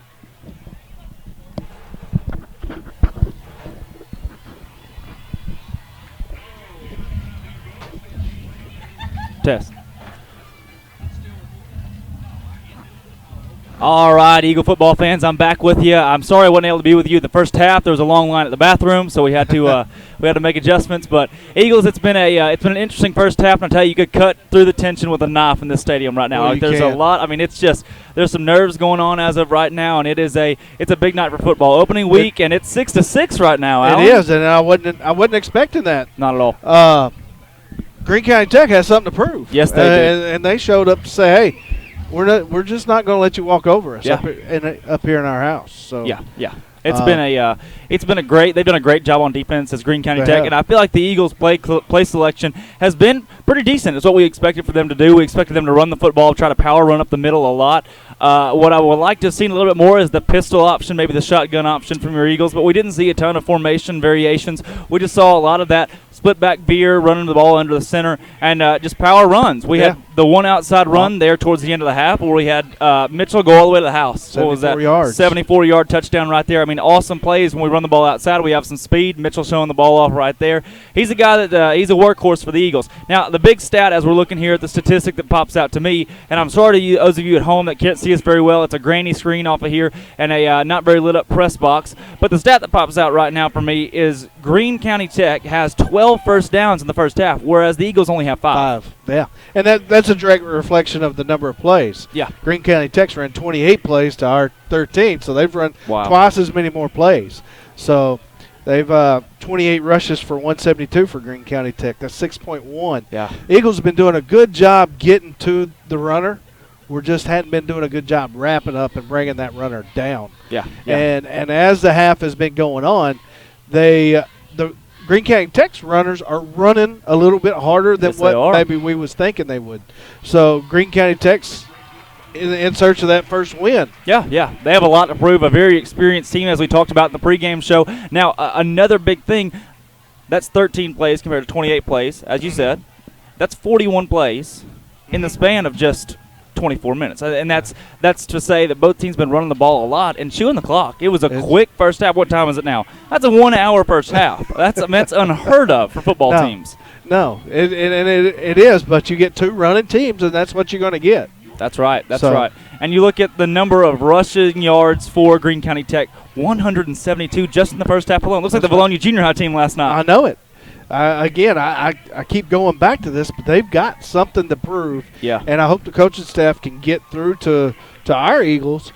At halftime, let's go to work. It's time to put your helmet on, strap it up, continue to get to the ball, but now finish it by wrapping it up and bringing the runner down. Now, we saw in the scrimmage game for Greene County Tech, we saw them run the ball 75% of the time, throw the ball 25% of the time, and they're holding true to that here in the first half. And it's worked so far to a T. I mean, the Eagles have played pretty good defense. They've been quick to the ball, and that's what I like to see, though we haven't seen recently in Eagle history. We see a lot of guys fly onto the football. It's a quick, fast defense that Michael Stout's coached very well. 6 points is not a bad mark at halftime. They've done a good job of shutting them down. And I tell you, the big thing that helped Greene County Tech was that fake punt.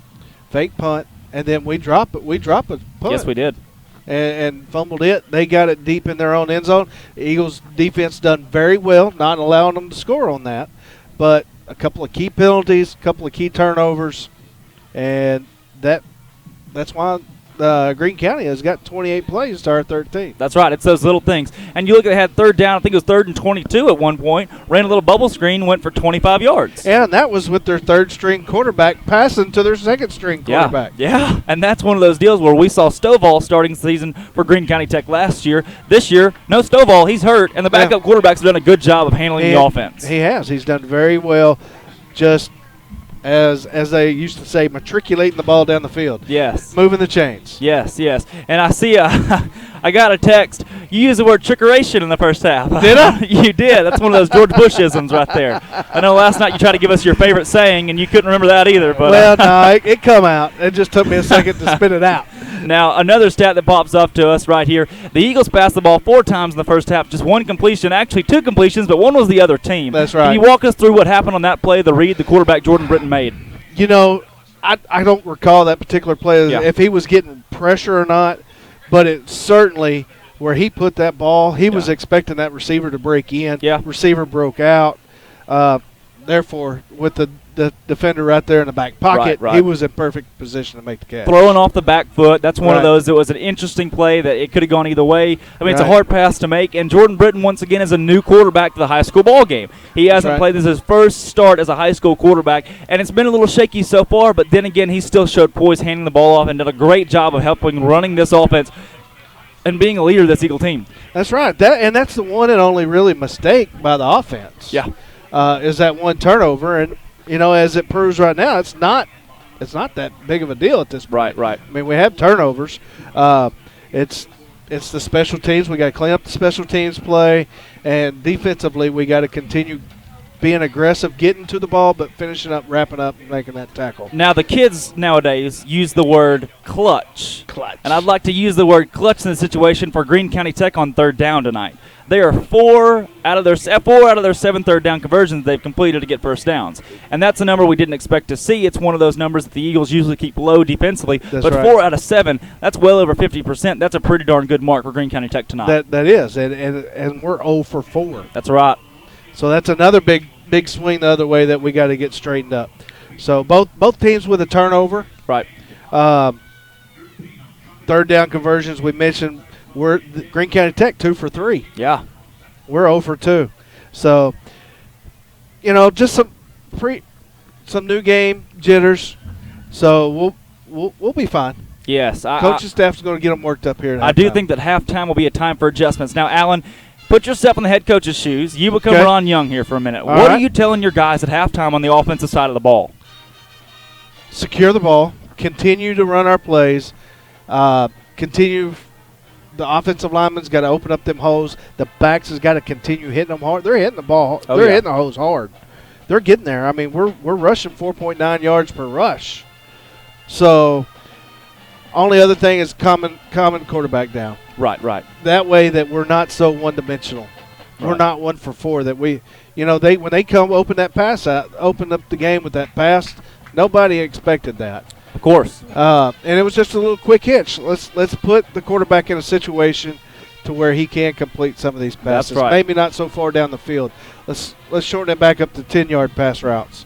Let's get him some pass options where it's not a run situation, and make some passes so that they're not expecting it. And Britton started the game 1 for 1. Yes. Falling behind over 3 in his next 3 passes, which the Eagles didn't have a great variety of plays, which the run game was working for the most part. They're gaining that 4 yards they try to per attempt. But one of the things that pops out here, and I didn't realize the statistic, that the Eagles, you said that run for Cody Mitchell was 74 yards. Yes. The Eagles' overall total yards on the ground tonight is just 64. That means a lot of negative rushing plays. You'll see the Eagles gain 3-4 yards and then get brought back on some of those rushing plays so far. Well, I did hit a wrong button here in these stats. Alan. So, I am my first game too. Oh. My first game too. So Cody Mitchell right now, I'm gonna have to go back and clean that up here after the end of the game. I hope you do. So, I don't. Holy cow. So he right now I only have him down for 1 rush for 4 yards. So we know that's inaccurate. Okay. He has 2 rushes for 78 yards. We're looking to have 64 yards for everybody else. Right. 78 yards for Cody Mitchell himself. That's right. So as we look here once again, Jordan Britton, he was. Alan, you have Nick Ray with the pass tonight. I don't know if that. Hey, it's okay. It's game number 1. We'll work through those. Yeah. But Jordan Britton is 1 for 4 tonight, 12 yards passing. It was that first pass of the game to Tyson Wirtz. You see Tyson Wirtz, once again, the only receiver caught a ball, that 12-yard pass. And then Michael Morris. He's another one of those guys. We knew that Isaiah Rocha would start, and he ran the ball a lot beginning of the first half. And then Michael Morris stepped up. He's run the ball 4 times for 26 yards. He's a power back. What have you seen from his speed so far? You know, when he gets that gap, and we called him with a play that he got a hole. It was only a 5-yard run, but he made 3 different people miss him to get that 5 yards. He was real shifty once he got up in the hole, and once he got there, he got upfield real quick. Yeah. And now the Eagles defensively, all right, Michael Stout, the defensive coordinator, he's starting in his second year at defensive coordinator. Right. And so he's big. He emphasizes intensity. And the Eagles, so far, we've seen a lot of big hits. Clay Kellett coming up with big hits. Todd Gibson, the forced fumble there. Trenton Hetherington seemed like he's been on every play so far. From that middle linebacker Exactly. position. Colton Boland cleaning things up down in the bottom of the pile. One thing we haven't seen is a big presence on the defensive line. What do you think Coach Stout's message is to the entire defense going into the half? And then I want to get your take on what he'll say to the defensive line. What I think that he's in there doing is continue do what you're doing. Yeah. We're getting a lot of people to the ball. Again, wrap up once we get there. Defensive line is doing their job and keeping them linebackers free and keeping the blockers off of them so they can go make the plays. Right. So no, we have not called their name a lot, but they're doing their jobs keeping them backers free. So good job to the defensive line to this point because they're doing what they need to. Right. Greene County Tech has not dropped back a whole lot to give them, any time to go to have any kind of pass rush. So in a run situation, this defensive lineman to keep them linebackers free and go make a play. That's right. And that's what we've been seeing. Right. Now, I will give it the defensive line has a lot of big boys that are experienced, and they've got to be tired at this point because those guys are starting both ways. I wanted to make an observation so far in the first half. We've seen a lot from Devin James. He didn't start tonight's ball game at defensive end, number 33, but he has been in on almost every play at the defensive end spot. Good, tall boy, quick hands, and he's done a good job tonight. He has. I don't know how many tackles he's got, but he has been all over the field. What have I got him down here for? I've got him three tackles. 3 tackles. So, yes, that don't sound like a lot, but that's. For the first half in this ball game at 28 plays, he's been all over the place. He's making his difference. And I like you said that when I played ball here at Vilonia, what we did on the defensive line, I was a defensive end, and what we tried to do is said, hey, you're not the big playmaking guy. You are there to help the linebackers, back them up, occupy that offensive line to where the linebackers can go in and make a play. Now, the Eagles have been exploited tonight in one big area that I've seen, and that's the bubble screen pass. They're that quick little Tim Tebow, toss it up over the middle, and they almost scored down there, gained 20 yards, 25 yards on that play on third down. And so how do you think we clean that play up there on that bubble screen?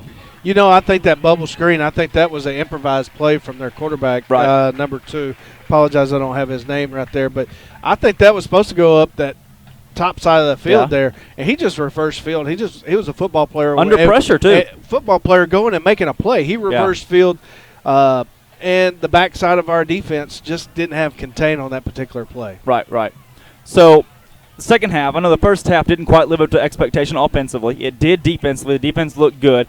Once again, the kicking game was a factor. We had 3 total missed kicks there in the first half. 3. And I don't know when that's happened. But, Nick Lewis, he's a sophomore. He's young. That's right. He's got to get it in his mind that he can do it. This is you train and practice. This ought to be the fun. This is your reward. Exactly. So I'm sure it's just between his ear.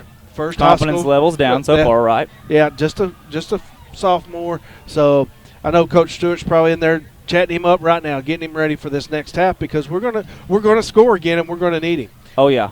That's for sure. And so what type of plays do you expect the Eagles to look to offensively here? Because we've seen the power run. Do you think we stick with that scheme offensively here in the second half? We're going to see some of that power run up the middle just to hold them true. Right. But we've got to set that edge like what we did for Mitchell. Oh, yeah. And when we set that edge, the door's wide open. Yes. So, but you're still going to see them run up the middle just to hold them true. Right. So keep doing what we're doing, and we're going to be all right. The veer option now, it's an offense with not a lot of variation at the start of the play. You'll have your quarterback, your 2 running backs, your receivers out wide, and then a tight end there on the line. And then after that, anything can happen, really. You can run the ball up the middle to the outsides. It's the option play where the quarterback has 3 different options on each play. Heck, you can even throw a pass in there. Just run pass options, different things that Coach Young likes to do and Jordan likes to do. He's a shifty quarterback that knows the offense really well. I know that he was jittery, a little nervous there in the first half, but he's done a lot of solid things as far as being a leader of the team, handing the ball off well. Now, Alan, what's a big mark for our offensive line? I know there's a lot of pulling and a lot of movement around our offensive line. Be speedy. What do you think the line, Coach Cron, the line coach, is saying to his guys here at halftime on the offensive side? We're just going to have to hold our blocks a little longer on these pass plays to give him a little more time to make the play. This last play when we was trying to go deep to Smith, he was rushed just a little bit. And I think if he wouldn't have been rushed so much, that he might have been able to make a better pass. That's right. So just hold your blocks just a little more on them pass plays. We're doing good as far as our run blocking scheme. We're doing just fine. Now, guys, for those of you who are just joining us, those of you who have been watching, once again, we're at Greene County Tech. Our score is Vilonia 6, Greene County Tech 6. Once again, we're live on the Vilonia Eagle Football Foundation's YouTube. If you know someone that is not watching the game, contact them. Say, hey, the game's on the Football Foundation YouTube. Go ahead and subscribe down below. Once you subscribe, you'll get an update for every time that we go live. We want to take a quick second here to recognize the Football Foundation and what they've done. Over the offseason, the Foundation spent over $11,000 upgrading the Eagles pregame. This right here, finally get it up on the screen. This is the Eagles' new blow-up. And, Alan, I know the entire town's excited about this. What excites you most about this new little addition to our pregames? You know, that's a morale booster right there. It is a morale booster. And that's something, you know, back when I was playing, we was on the visitor side, and we had the tunnel, and that was just something that all the kids looked forward to. Right. You know, Friday nights, coming out that tunnel.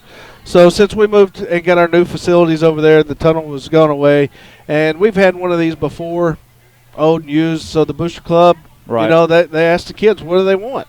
And this was one of the things that they said they wanted. So the Booster Club done what they had to do to go out and make the funds and make that a reality for them. Right, and it's a big part, once again, the Football Foundation and all that they do. I know there's a lot of money channeled through that, a lot of fundraising that goes on. Those guys do a great job. I'd like to apologize once again to our viewers. I know it's a blurry vision out here. We're using a computer cam, and there's very minimal light up here in the press box, outdoor press box. Talk to us about Greene County Tech and the setup we got going on here. Kind of unconventional. We're on the third story. We're on the third story. We're in the penthouse. Had to climb a ladder up here, and it wasn't too sturdy either. No, it wasn't. But, you know, for all that it's worth, you know, Greene County Tech done it as a hostess. They done what they needed to do to make sure that we had ample area to set up and provide this feed for you guys. They've been great hosts.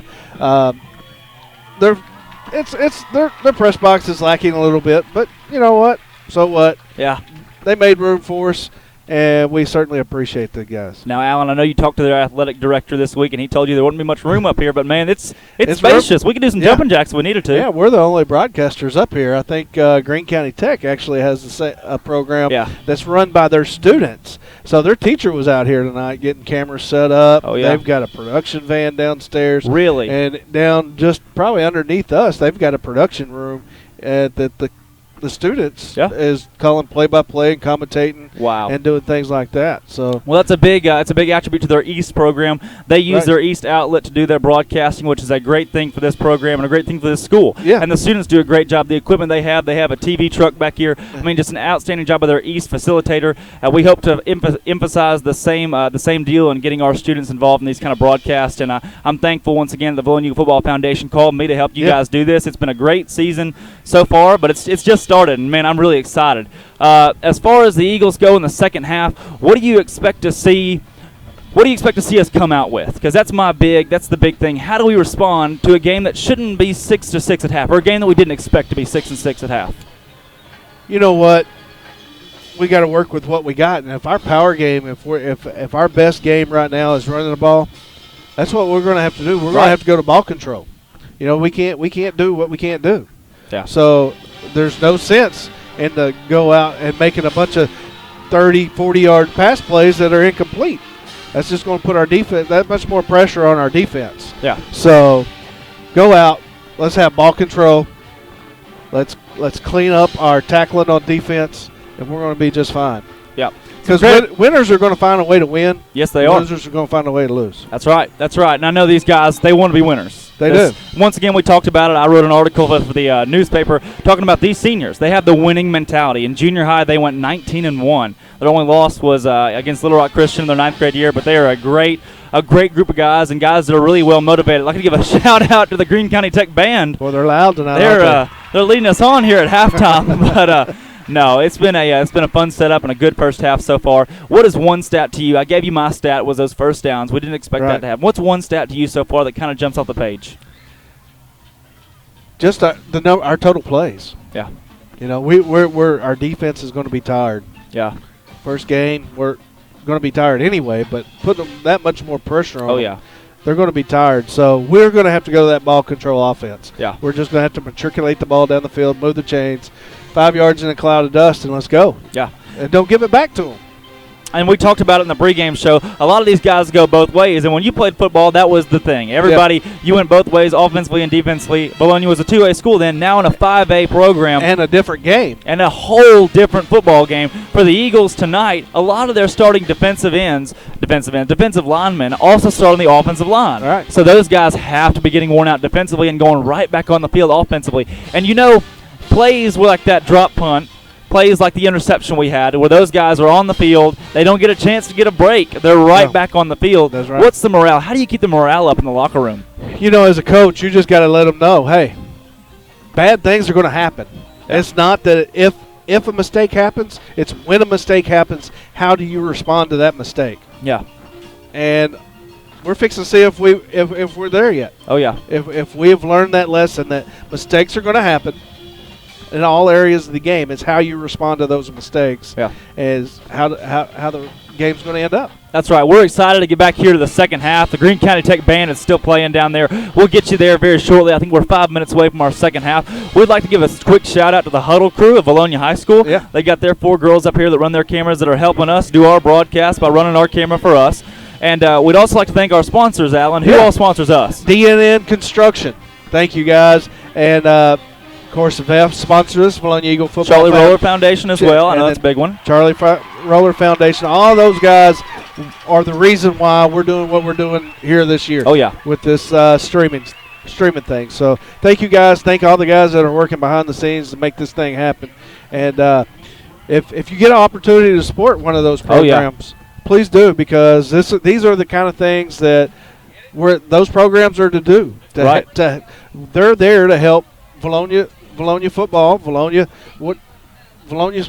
sports programs. Yeah. And for all you out there watching, if you want to donate toward our cause, toward the Vilonia Football Foundation, contact Jason Broach, Sean Barber. There's so many options to be Eagle sponsors. I know there's a lot of people in the community that like to do that. A big part of what helps this community go is football. Yep. And a lot of people, that's always been the case, is Vilonia Friday night football. You have the band out there, one of the best bands in the state. I mean, there's just nothing better than this kind of football feeling. It's September 1st. It's a little chilly out here. Yeah, it is. And you know what? You're right. There's a lot of ways to help those out.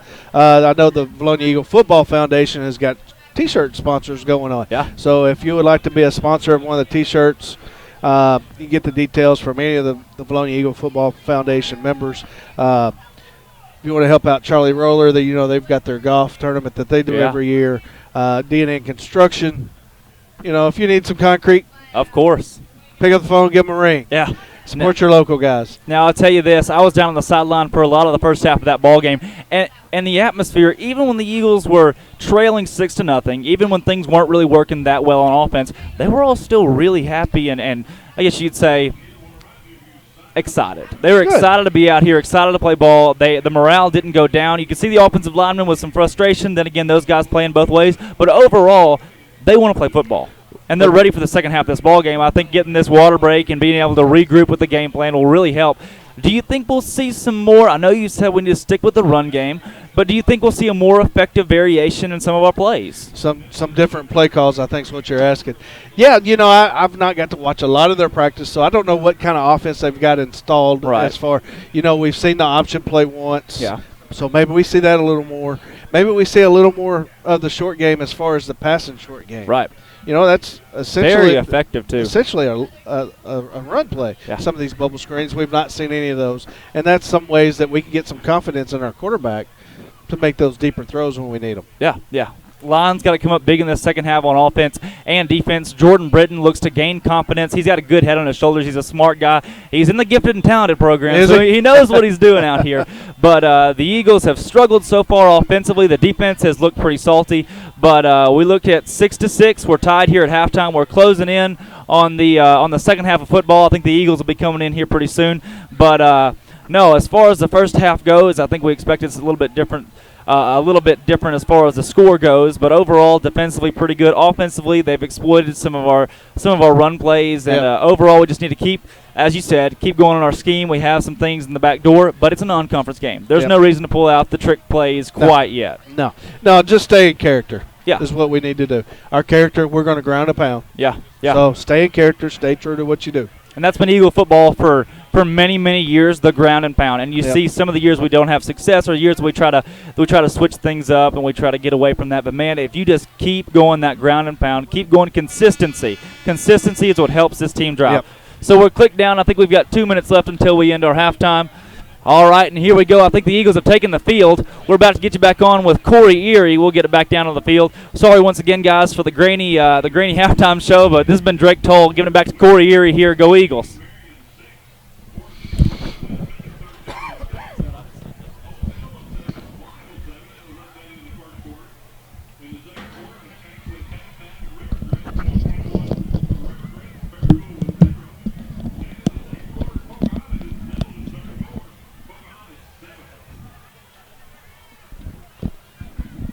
All right, Eagles fans, we are back here for second half action between the Golden Eagles and your Vilonia Eagles. Vilonia Eagles set to receive here to open the second half of the football game.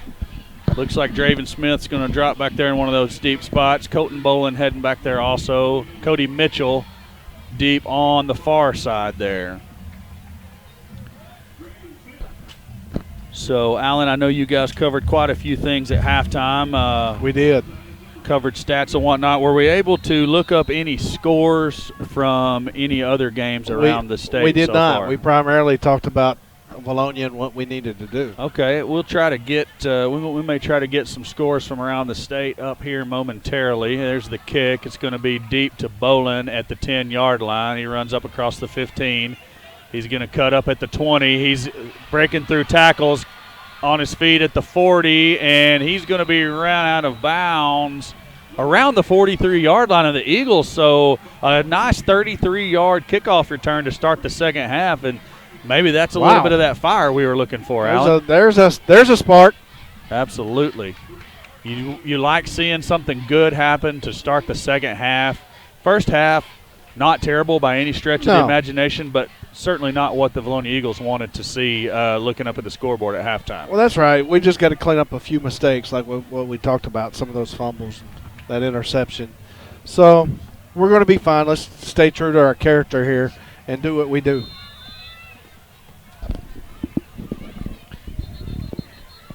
It's going to be a whistle here.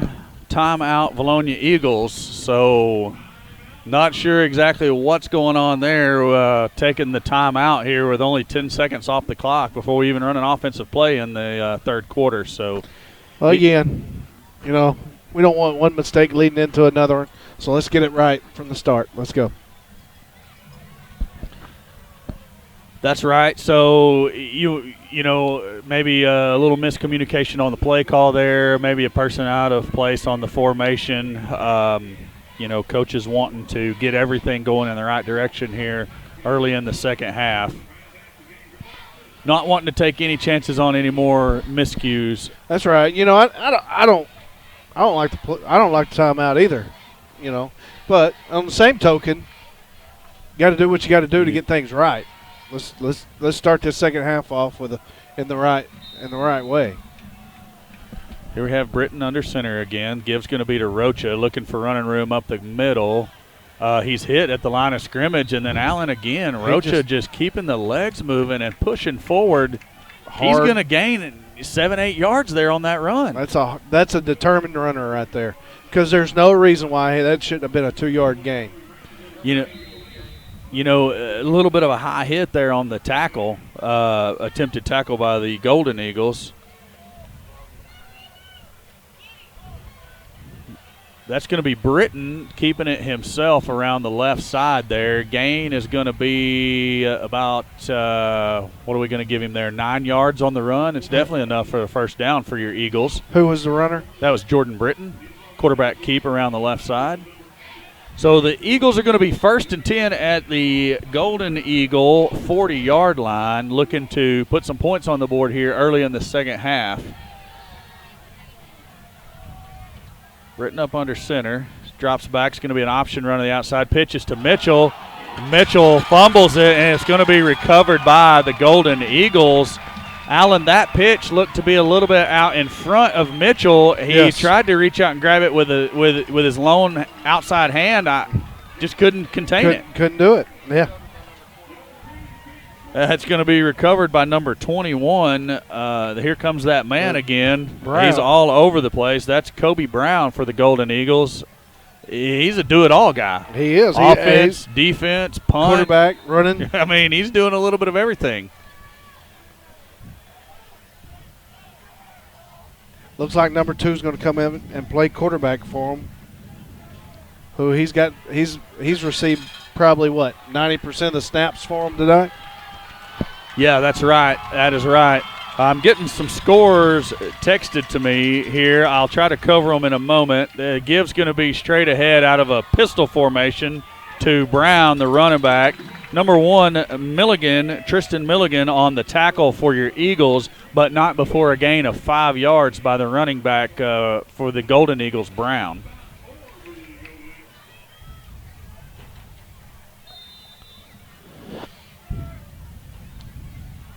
That was a big hole that Greene County Tech opened up there. I'm sorry. I said that was a big hole that Greene County opened up right there. Certainly was. A little bit of a different formation there by the Golden Eagles. Went to the pistol formation that time. Back to their spread. The snap's going to actually be to Nathan Brown, and he's going to just run straight up the middle. Hit by a couple of Eagles, pushes forward for about 2 more yards after first contact. Going to be short of the first down, bring up 3rd and 1. Tackle for the Eagles was 73, Matthew Malott. Let me cover a couple of these scores that people are sending me here. Russellville is beating Morrilton 14-7 at the half. I've got a score from someone at the Greenbrier game, actually. Greenbrier beating BB 8-7, but he says he's listening to the Eagles while he's watching the Greenbrier game. So appreciate that. Let's see here. That's not a score. We got a 3rd and short here. Big play. Gibbs going to be to Brown again, looking for running room, picking his way through the middle, spins not completely out of the tackle, but falls forward enough. He's going to have the first down. We've got 42 and 28. So 28 is Bolin, Colton Bolin in on that tackle, and 42 is Clay Kellett. They had a hold of him, Allen. Didn't look like he's going to have first down yardage. He was able to spin and fall forward for the first down. But we made contact in the backfield. That we're doing a good job getting there. We're not wrapping up and driving. We got to wrap them up. Harrison leading Mountain Home 7-0 at the half in their game. Malvern and Glen Rose, this is a tidbit of information. They didn't have any officials show up for their game, so they had to cancel. You see Mitchell come in there and lay a pretty good lick on the back. I'm unable to bring him down, but there's Colton Bolin again coming in to make the hit and make the tackle. A little chippy down on the sideline. I think maybe a little bit of mouthing from the Golden Eagles sideline there towards Bolin after the tackle. But Bolin reciprocates the mouthing. Referee pushes him away, gets him broke up. No harm, no foul there. Run is going to go for a short loss. So we're going to be 2nd and 11 for the Golden Eagles at the Vilonia Eagle 43-yard line. Again, Mitchell doing a good job getting upfield, really landing a good wood. You know, as McFadden would say, we got that wood, baby. But we got to wrap that wood up. Here comes Brown again. He slips a tackle, slips another one.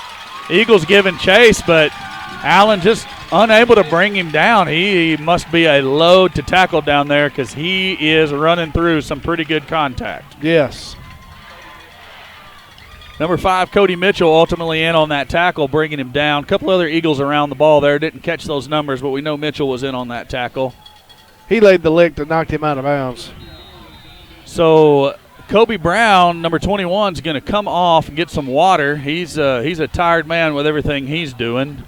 I got that as his 21st rush of the ball game. Yeah, I would not be surprised. We keep on calling his name. So Eli Mason back in at the quarterback position. Two backs in the backfield. Give's going to be to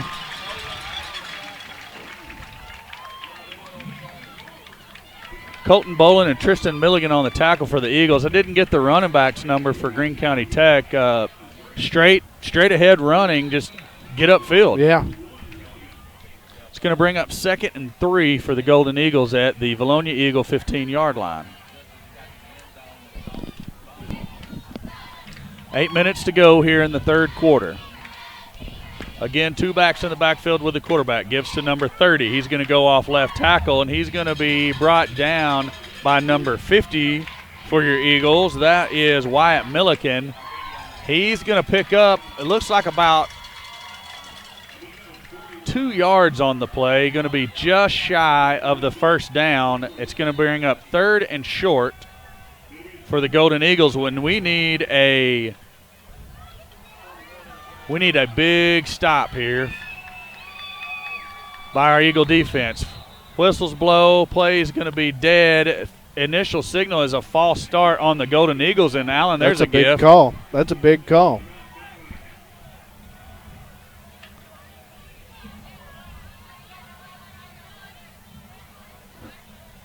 That's going to back them all the way up to the 18-yard line, or just inside the 18, in between the 18 and 17-yard line.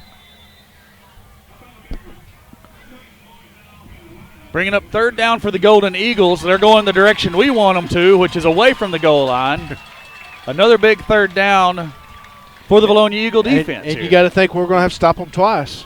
That's that man back there in the backfield. Brown with the direct snap, looking for running room around the left side. We got a lot of Eagles there. Can somebody wrap him up and tackle? Yes, they do.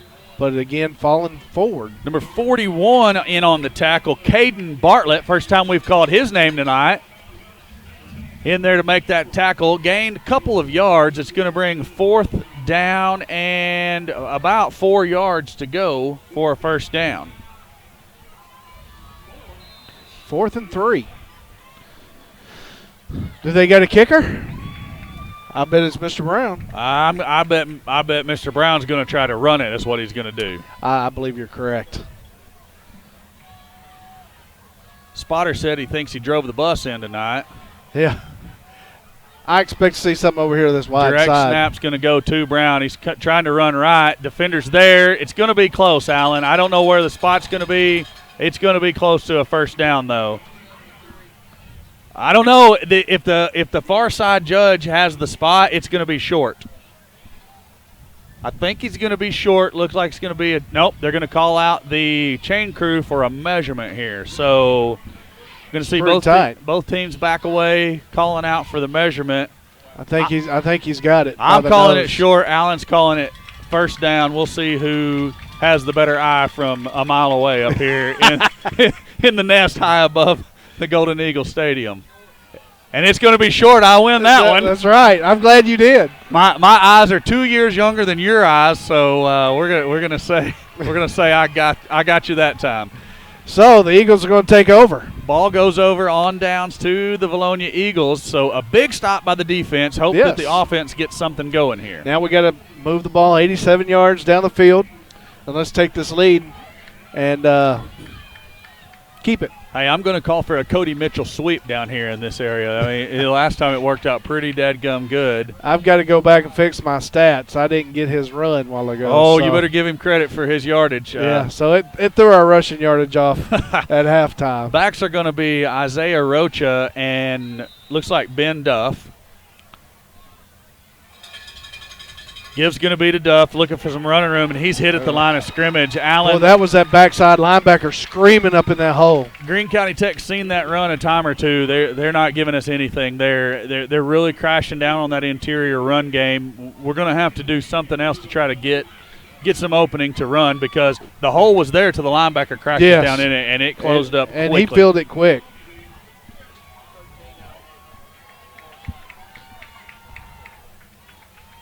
Looks like a little option run. Britton keeps it himself, almost fumbles. He's going to be tackled after a minimal gain, maybe a yard and a half. It's going to bring up 3rd down and about 8 to go for your Vilonia Eagles. 5 minutes and 22 seconds here to play in the 3rd quarter. As you see, the score is still tied at 6-6.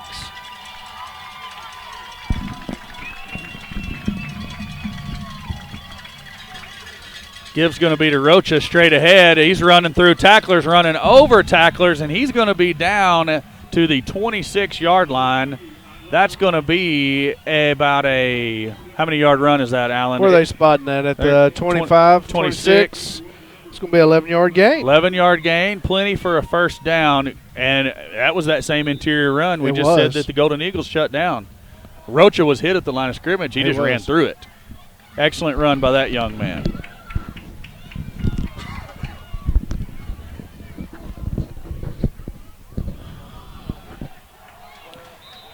Looked like Kellett had trouble getting that handoff into his belly. Kellett's not one of the backs. Or I'm sorry, Britton. Yeah, a little bit of a mix-up on the who ran that ball? I couldn't even tell. I'm going to give it to Britton. I think he was trying to give it away, but he ultimately ended up with it. It was almost a fumble. 3-yard gain on the play. 2nd and 7 for the Eagles here at the 28-yard line. Gibbs going to be to Duff this time, running over the left side. He's going to be stopped after a 2-yard gain out to the 30-yard line.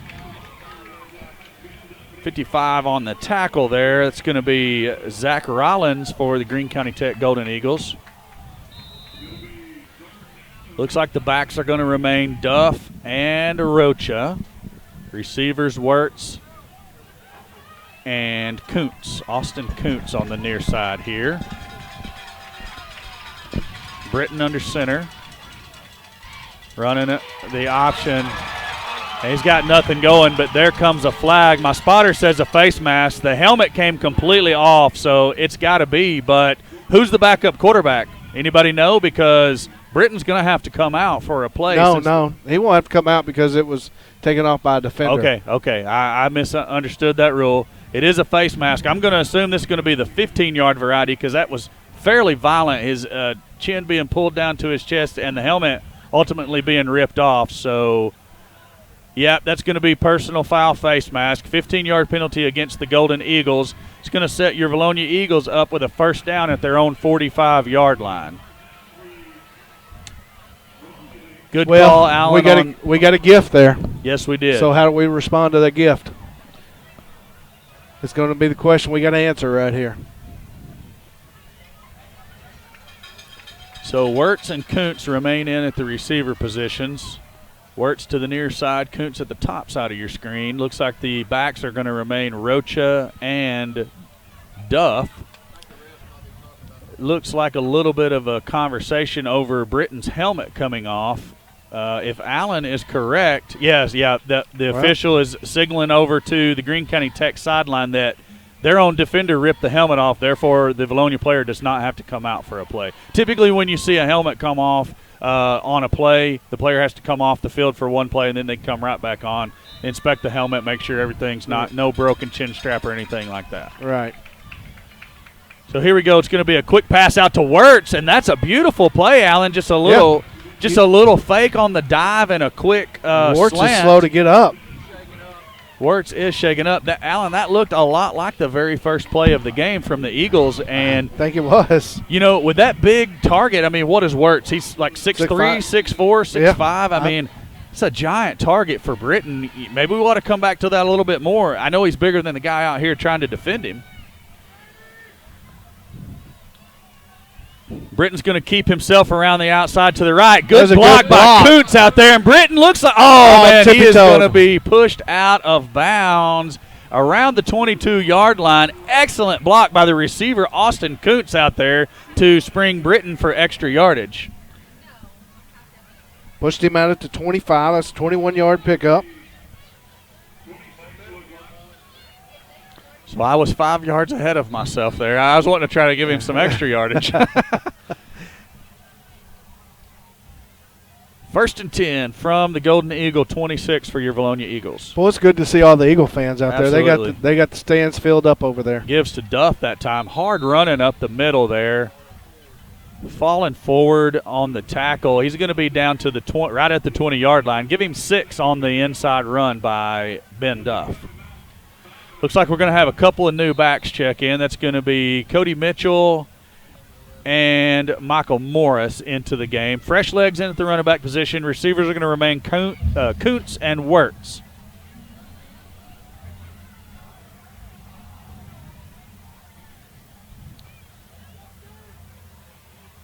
Looks like an option to the left here. Britton's going to keep. He's going to dive forward out to somewhere around the 12-yard line. They're going to call him down. Excellent block by Wirtz on that play to help get Britton a few extra yards. And give credit to that line for sealing off the edge and letting Britton get around the outside. The line has been doing an outstanding job, as we said in halftime. You know, a lot of these linemen are playing both ways. So a little Iron Man football. Boy, they've got that. Option pitch to Mitchell. He slips the first tackle. He's going to slip another tackle, and he may get in. Touchdown, V-Town. We've got a flag back here. Flag on the play. Unfortunately, there was an excellent, Mitchell slips a tackle, does a great job. It has another guy coming up. Looks like he has a beat on him. Stiff arms him out of the way and then turns on the jets to get to the end zone. We'll await the flag. Face mask against Vilonia. the Eagles. So they're going to – I guess they're going to call that on Mitchell, but, Alan, to me that looked like a clean stiff arm. A stiff arm. You know, I'm going to be honest with you. I didn't know you could get a face mask call on a stiff arm play as a running back, but I stand corrected.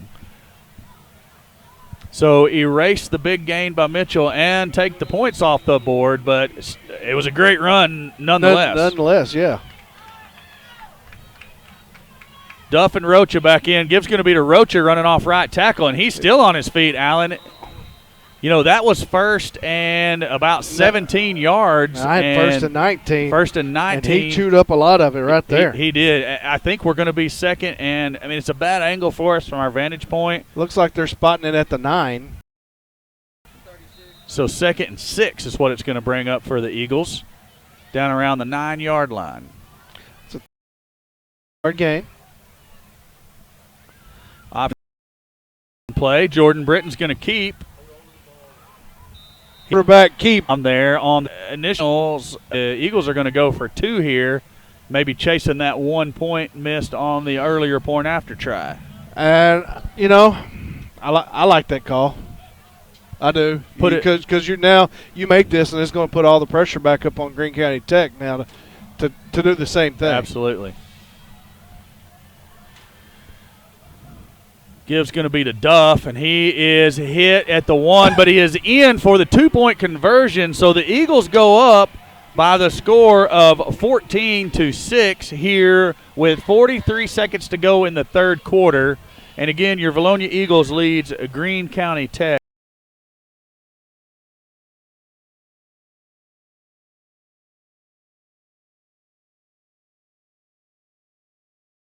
14-6. We are going to have to work on getting the score updated on the screen for you, but the Eagles do lead it by a score of 14-6. Yeah, good offensive series that we had a ball control type offensive series. That's exactly what we needed to do right here.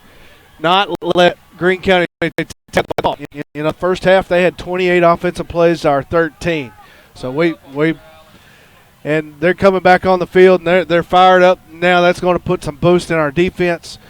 And defensively, keep doing what we're doing. Just wrap up when we get there. So getting loaded up, getting ready here for the kickoff. Again, Eagles lead 14-6, 43 seconds left here in the third quarter.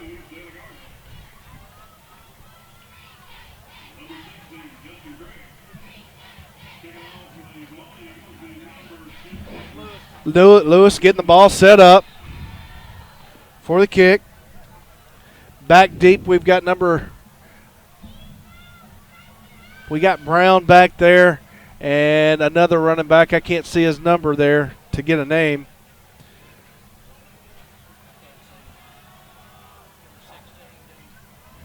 Oh, and then a little short kick trying to trip them up.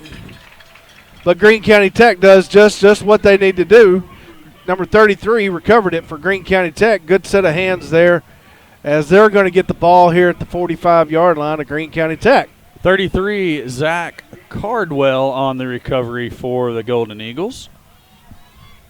You like seeing a little something different on the kickoff there by your Vilonia Eagles, looking to trying to catch them sleeping. Maybe steal another possession.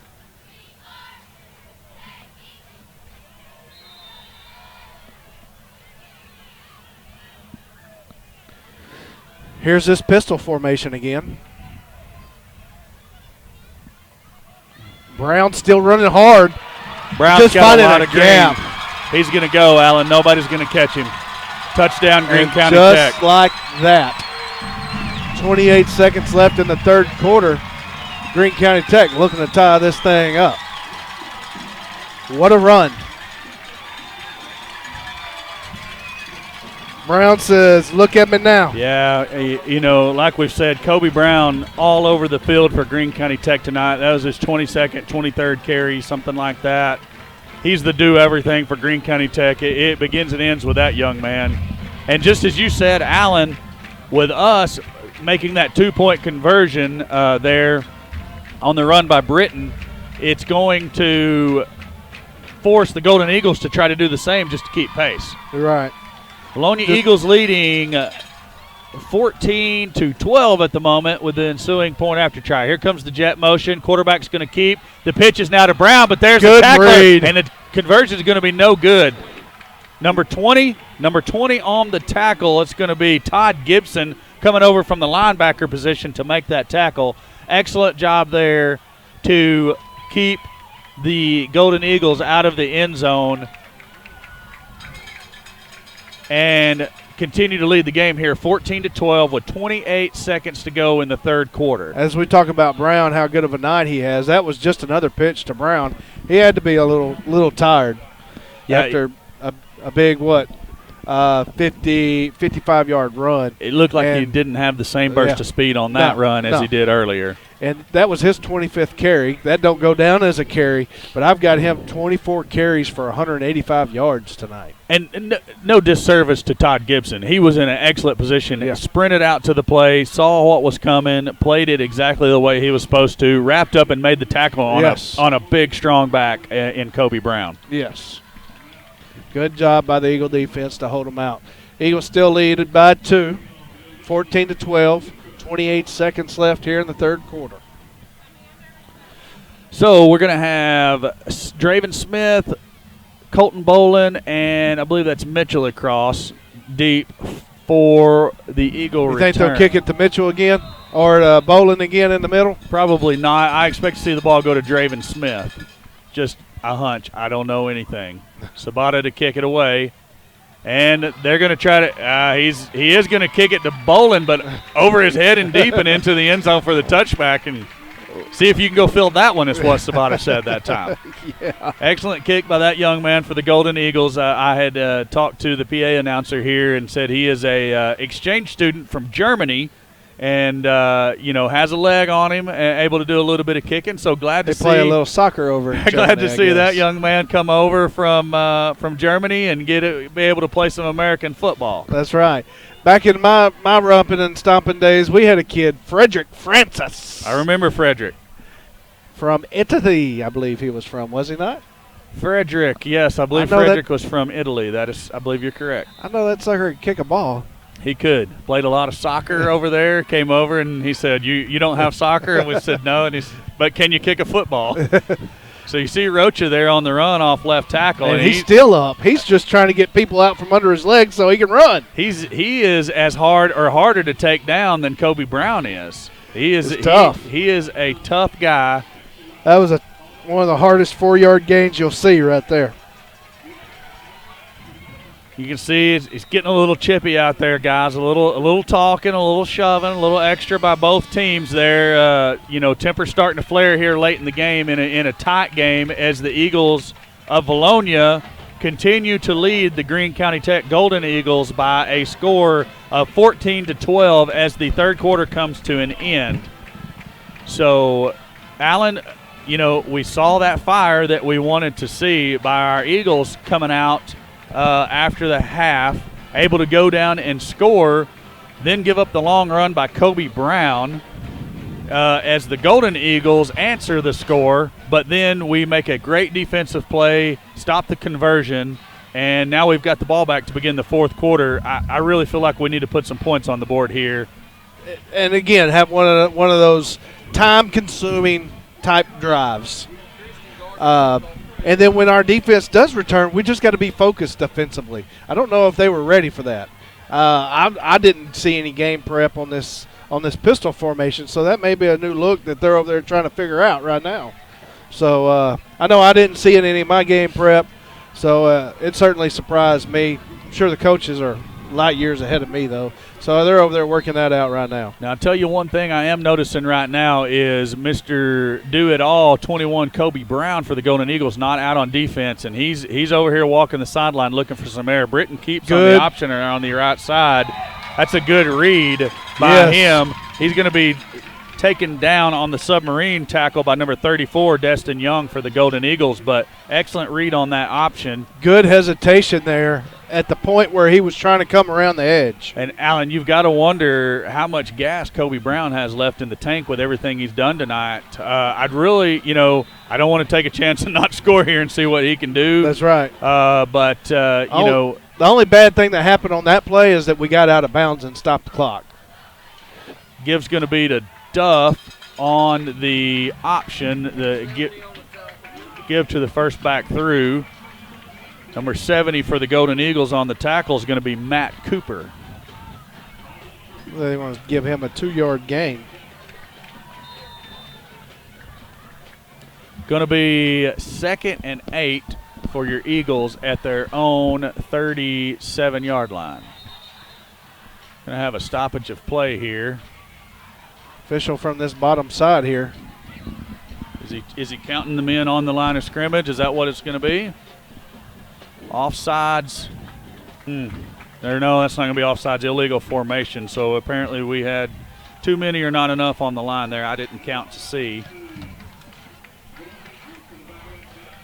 So back the Eagles up 5 yards to their own 32-yard line where they'll set up with 2nd and 13.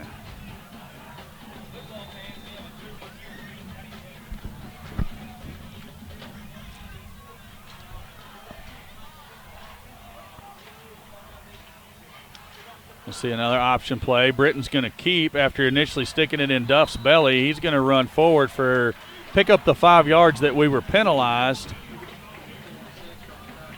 56 on the tackle for the Golden Eagles. That's going to be Connor Justice.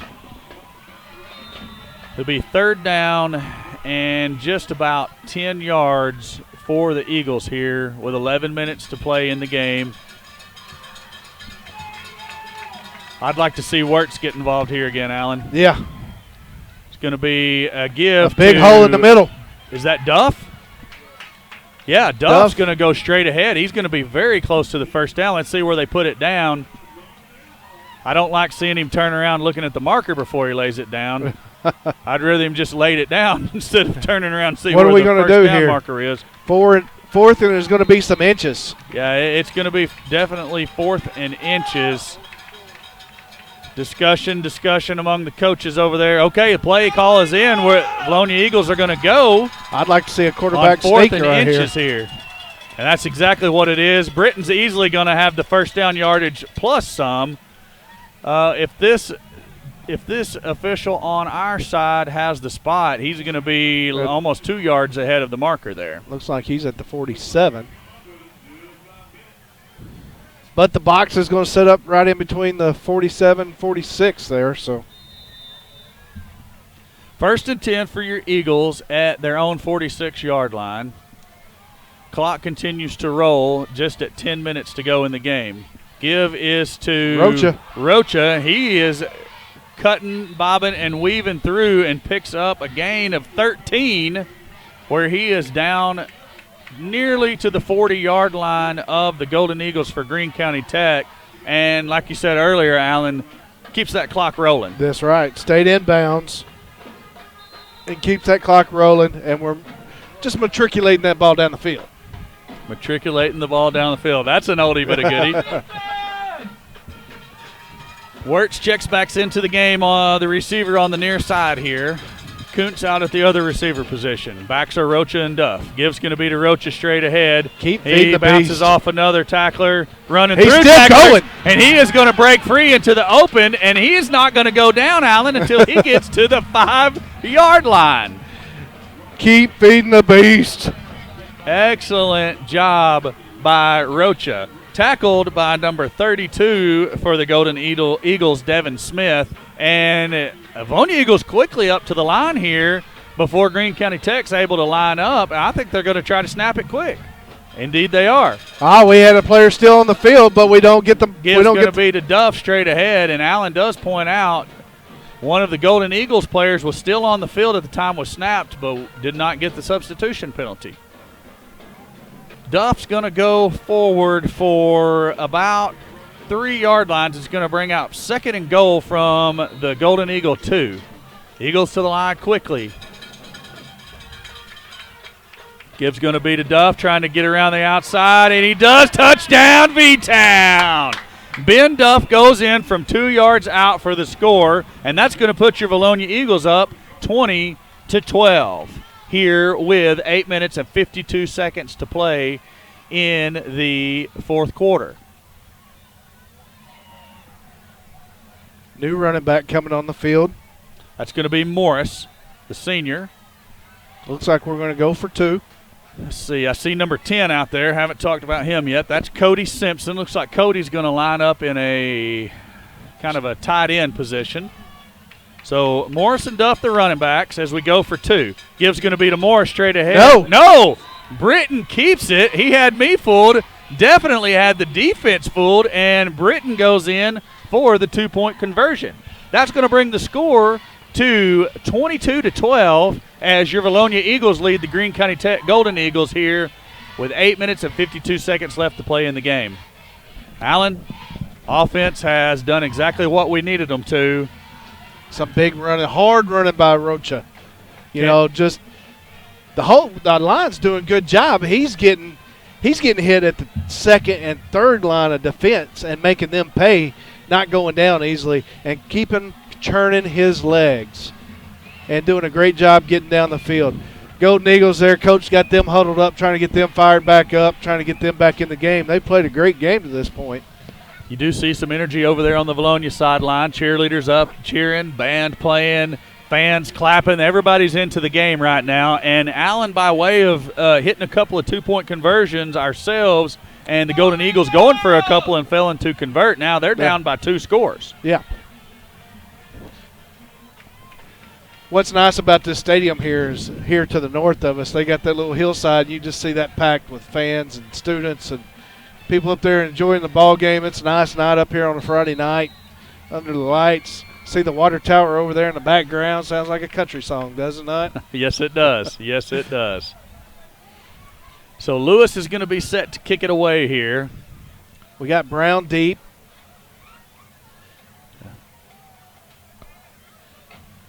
Lewis is going to smartly kick it away from Brown. Fair catch called for by number 30 for the Golden Eagles. That's going to be Cruz hit. So Greene County Tech's going to have the ball 1st and 10 at their own 30-yard line.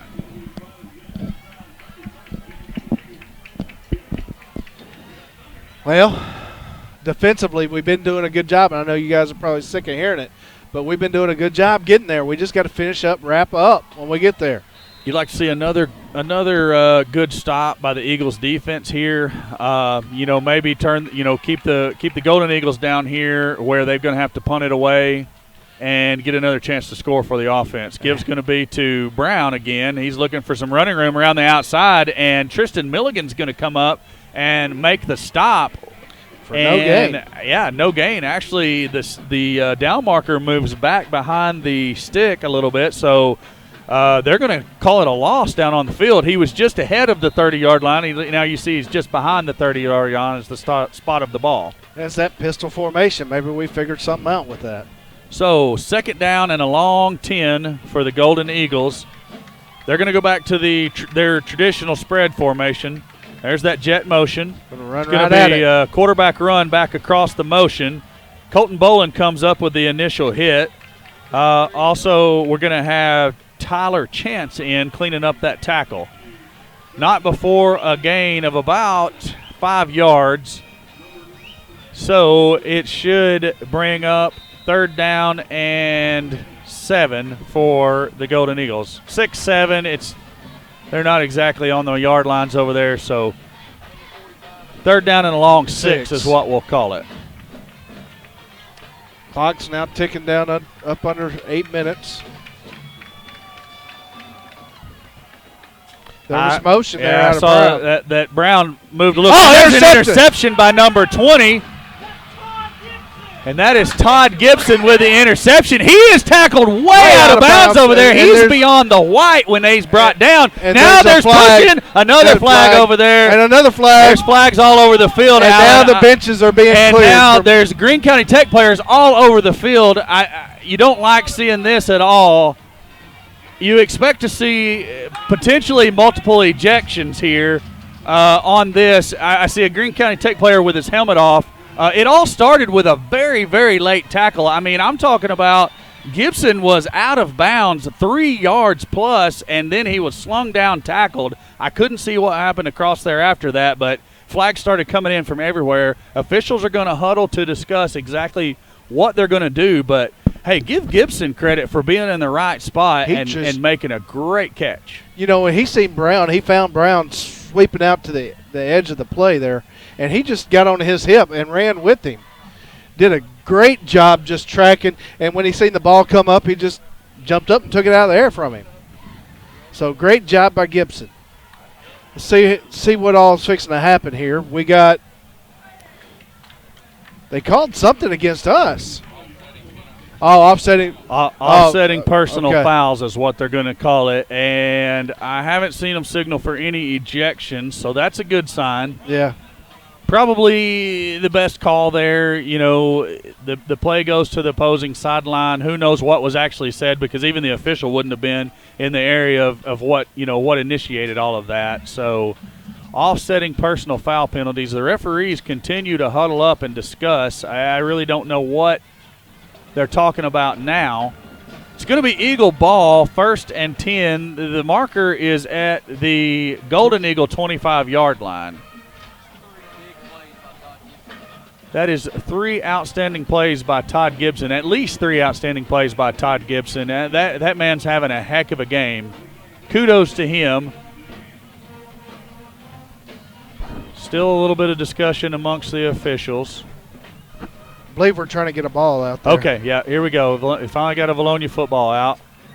We're going to spot it at the 25, and we're going to be ready to play again after the little dust-up over there on the Eagle sideline after the late tackle by the Golden Eagle defender. You know, I don't blame that kid. He's probably just frustrated a little bit. And, you know, you get into a play, you really don't realize where you're at on the field. Yeah. He's just trying to stop the play. You're right. To be fair to that young man, he had Gibson wrapped up before they went out of bounds, and the play just kind of continued. As you see the give to Morris there, he's going to rumble forward for, looks like about a 4-yard gain down to the Golden Eagle 21, where it'll be 2nd down and 6 for your Vilonia Eagles. Clock continues to roll right at 7 minutes to play in the game, with the good guy Eagles leading 22-12. The good guy Eagles, huh?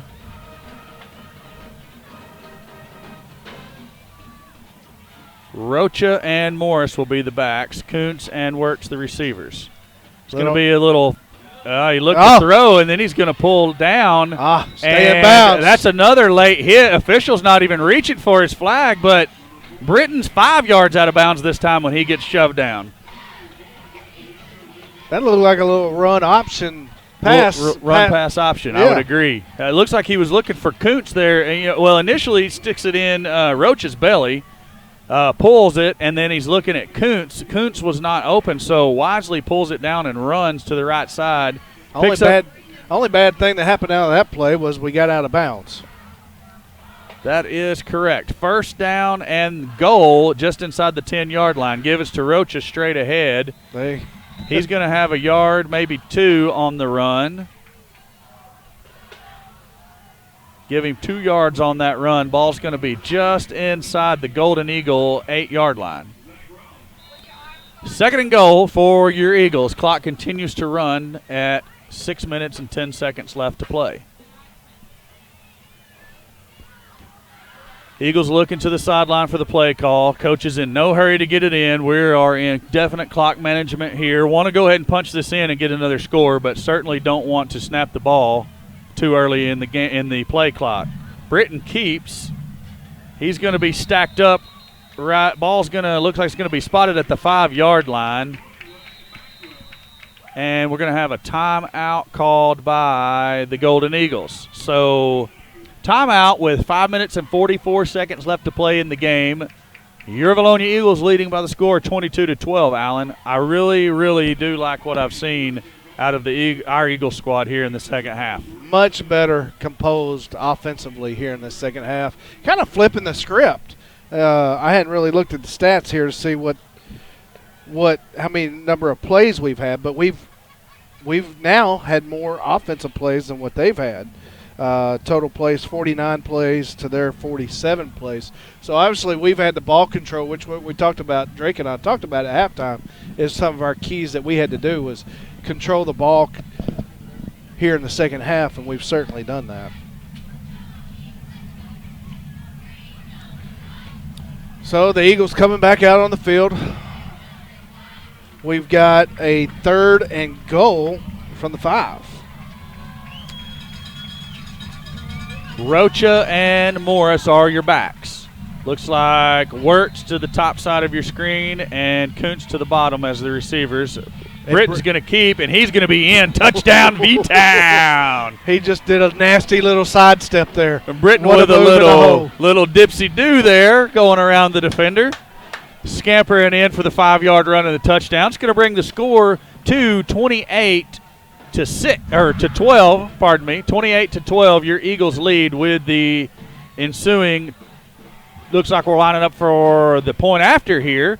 So Nick Lewis is going to be on for the kick, and Tristan Milligan for the hold. There's the snap. Ball is down. Lewis gets the ball up and through the uprights this time. The point after is good. So add another point to the scoreboard for the Eagles of Vilonia as they lead this one 29-12 with 5 minutes and 39 seconds left to play in the game. And that whole drive started from an interception. You know, it was kind of a crazy play there at the ending. But good to see no boys got kicked out there for that play. We done what we needed to do. We ate some time off the clock and then ultimately punched it in for 5 yards out with some nifty running there by our quarterback.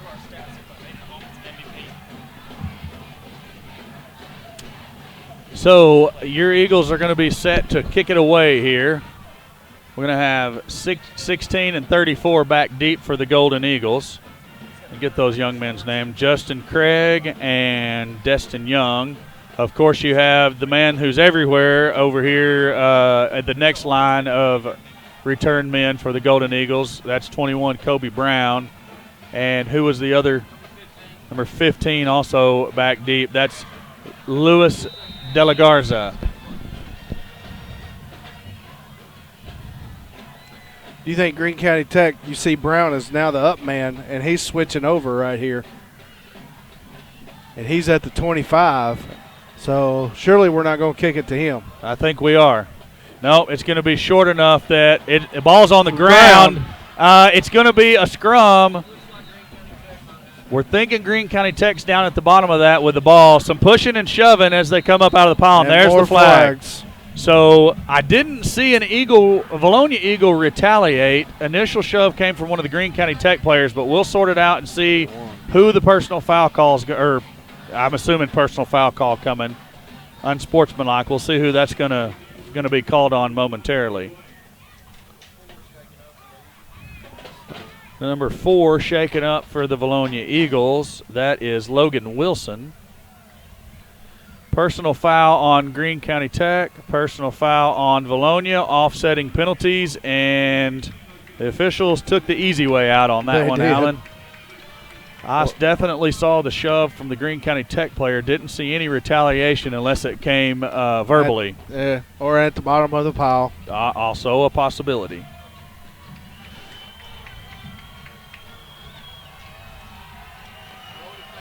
Eagle defenders asking the fans to get fired up, and they are certainly responding over there. The visitors' bleachers not overtly large here at Golden Eagle Stadium, but the Vilonia Eagles have done a great job of packing them out, and that doesn't include the band who's sitting down on the track. Yeah. So unique position for them. They apparently got the word because they brought enough chairs that they do have a place to sit down over there in between times that they're going to get up and play. Vilonia Eagles lead at 29-12. 5 minutes and 37 seconds left to go in the game. Golden Eagle ball at their own 32-yard line with a 1st and 10. They're going to stay with their normal spread formation with Brown in the backfield. Mason has the ball. He's looking to pass. Nobody there. He's going to take off running. He's going to be tackled by number 33 for your Eagles. And that is going to be Devin James. Also in on that tackle, 99, Corey Clements.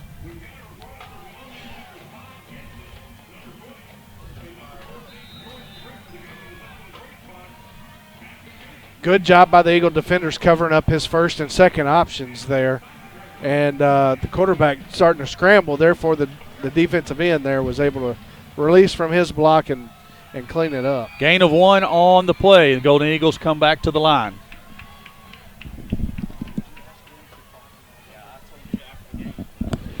Brown's getting loose again.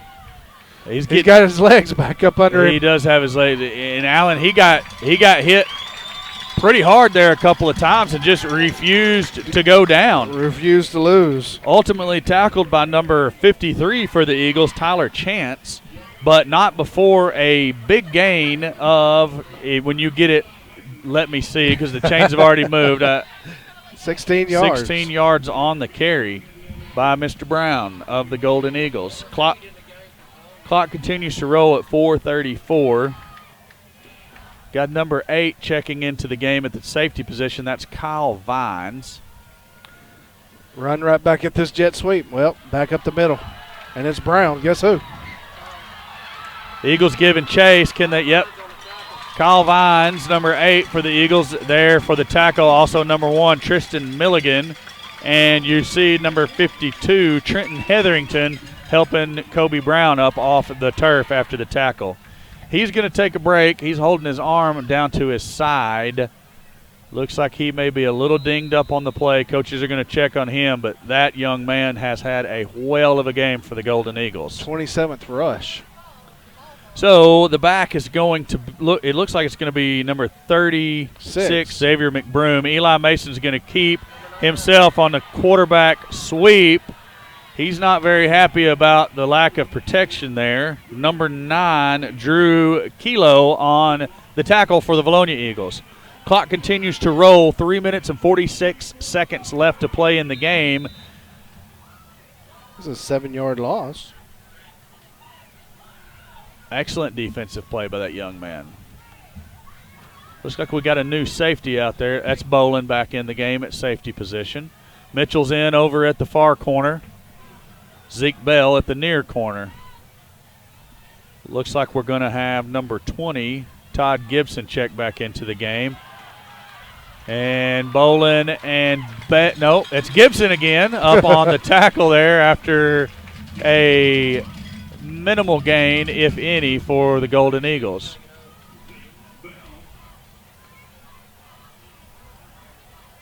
Looks like that's going to be – no, that is going to be a gain. I'm sorry, I forgot about the negative yardage play. Gained about 6 on that play. Where are they spot? 19? I think it's right at the 20. Maybe it's inside the 20. I was looking at the far line judge over there. And apparently there was a penalty on the play because now they're moving it further forward to the 10. Just inside the 10. Going to be enough for a first down. So it's going to be 1st and goal for the Golden Eagles. The sign, that I just saw the official on the field give to one of our players was a horse collar tackle. My spotter's saying that he did actually see the hands inside the pads. So good call by the officials there. Horse collar tackle by one of the two Vilonia Eagles defenders that had a hold of him. I don't know which one. I never did see the flag go up. I did not either. 1st and goal just inside the 10 for Greene County Tech. There's Brown at the quarterback position taking the direct snap. He's looking for running room over left tackle. Not a whole lot going on there, but he does fall forward for a couple of yard gain. Looks like a player lost a helmet. That's going to be 99 for the Eagles, Corey Clements. So he's going to step off and take a play off before he can come back on. I see some other substitutions. We'll try to get those young men's name called out. I see number 27 out there for your Eagles. That's Connor Knowles. Not a lot of running room for the Golden Eagle. And that was Brown. Back. Was it Brown again? Yeah, they're just moving him over to. He's just taking the snap. That is the do everything man. Young man is going to sleep well tonight. He's going to be super tired and probably super sore tomorrow. A lot of Eagles on that tackle. I see Bolin still out there. I still see Mitchell, Gibson. A lot of the same Eagles. There's Milligan over there. It's going to be Mason taking off on his own. He's going to be tackled by number 54, Christian Gardner, at the 5-yard line. Officials timeout here. We have a Golden Eagle player down. It looks like he's shaking up a little bit.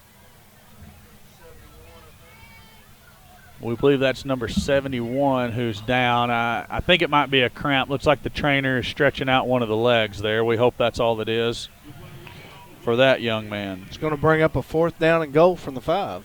4th and goal from the 5. Who do you think's going to tote the load here, Alan? I'd be squirting some water down Mr. Brown's neck right now, rubbing them old thighs, getting him ready to roll. Looking for another big stop by the Eagles defense. We're right at 1:49 seconds left to play on the officials' injury timeout here. A completely different second half from the first half. Well, the Eagles have done what we needed to do. We controlled the ball. Therefore, we controlled the clock. Absolutely. Therefore, keeping the ball out of Mr. Brown's hands. Yes, that's exactly what we need to do. Gave up the big run to start the half after we went down and scored on our first possession. And after that, it's pretty much been all Vilonia Eagles for the rest of the second half. Right. And that interception helped give us short yardage there. Went ahead and punched that in.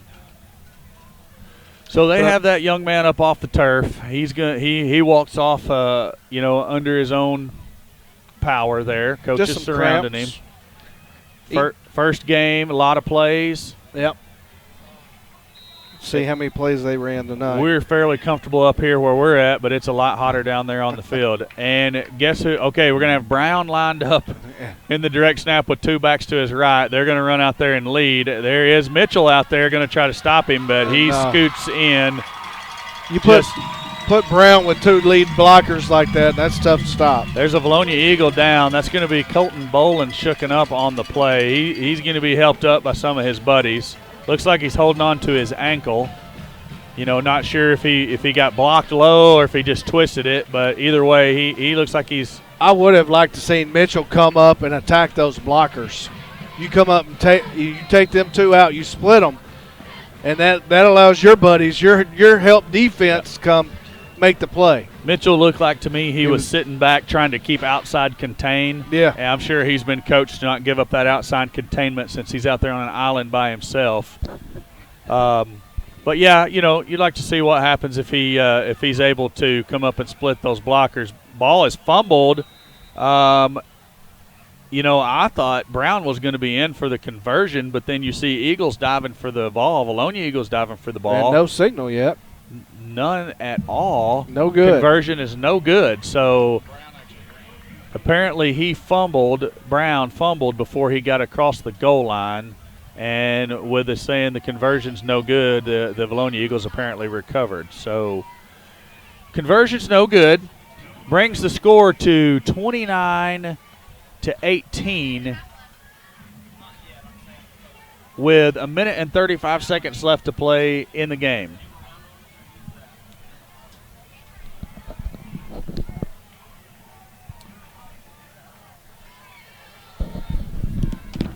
Wanted to let you know we are making preparations in the background here for the post-game show.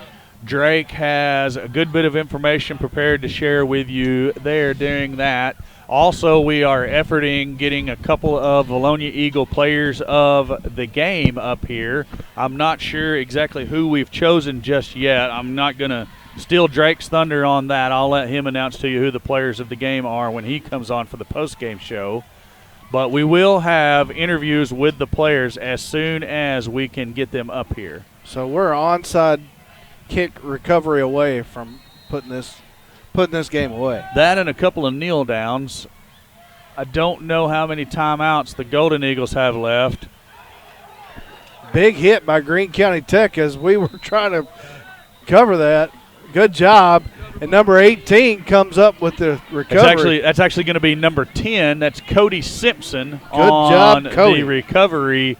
And he took a lick. He sure did. A couple of guys took licks. I mean, Greene County Tech came with the wood on that play, as you said earlier, trying to really lay somebody out and get that ball back. You can't blame them. They want to put another score on the board, make this game look, a little bit more respectable than it is. Down by 11 points. Could have pulled it within a field goal if they were able to score again.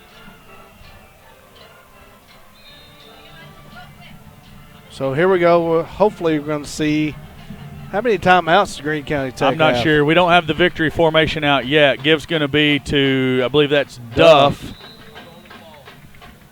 Yes, that's going to be Duff ahead for the 2-yard gain. Timeout taken by the Golden Eagles. Minute 25 left here to play in the game. Number 21 checks in for the Eagles. That's Dylan Fulmer. We're going to see exactly where that young man lines up when the Eagles come back out here on offense. Listed on my roster as a defensive back, so you would assume either running back or receiver on the offensive side.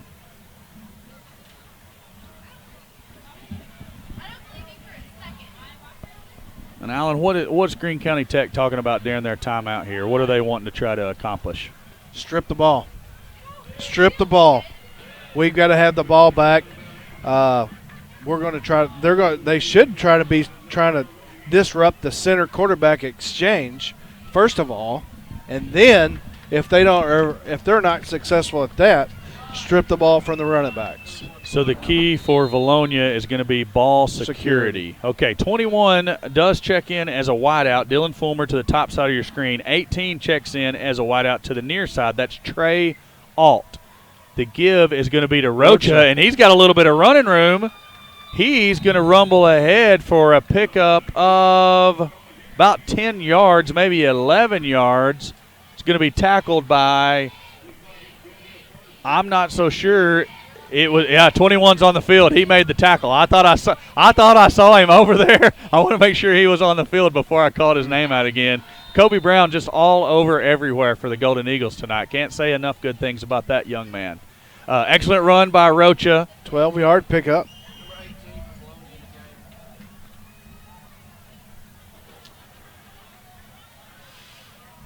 Dylan Fulmer and Trey Alt remain the receivers for the Eagles. Looks like we're going to have a formation penalty.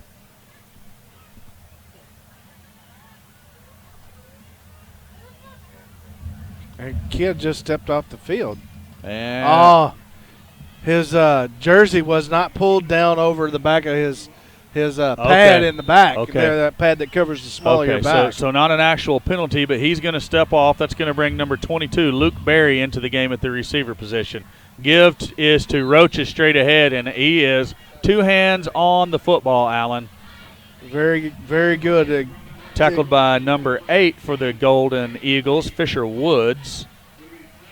Not before a gain of a little over 7 yards there.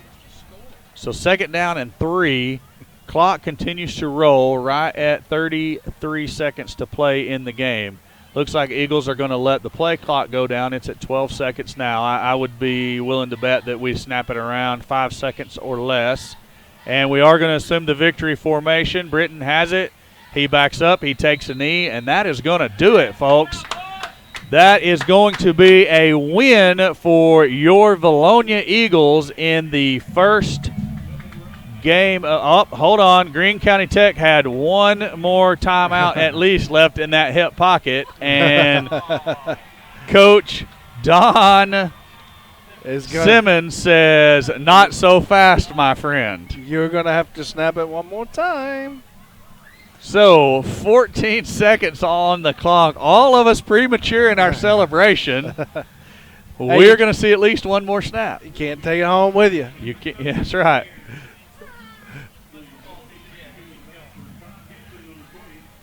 I don't blame him. Do what you got to do to win. No, I agree with you wholeheartedly. I know they're not going to come back and win here, but you don't ever show that give up to your team. That's exactly what I was going to say, Alan. You're teaching your kids never give up no matter what's going on. You don't know what's going to happen in the game of football. That's right. So let's see what formation the Eagles assume this time. Okay, well, it's going to be the victory formation. We're going to have a protection back deep there. That's number 32. Not 32, 22. Luke Berry was deep to help protect the quarterback, Britton. He takes a knee, throws the ball to the far sideline. Clock ticks down to 1-0, and now it's official. Your Vilonia Eagles take the opening game of the season by a score of 29-18 over the Golden Eagles of Greene County Tech.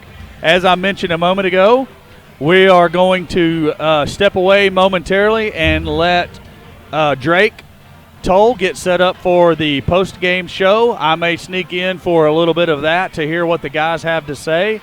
Outstanding effort by the Eagles. We do have a couple of players of the game. I'm going to actually run down to the field first and see if I can grab those guys, get them back up here for an interview, and we will have the post-game show with Drake and Allen and Eagle players of the games momentarily. This has been Vilonia Eagle football on Eagle Vision.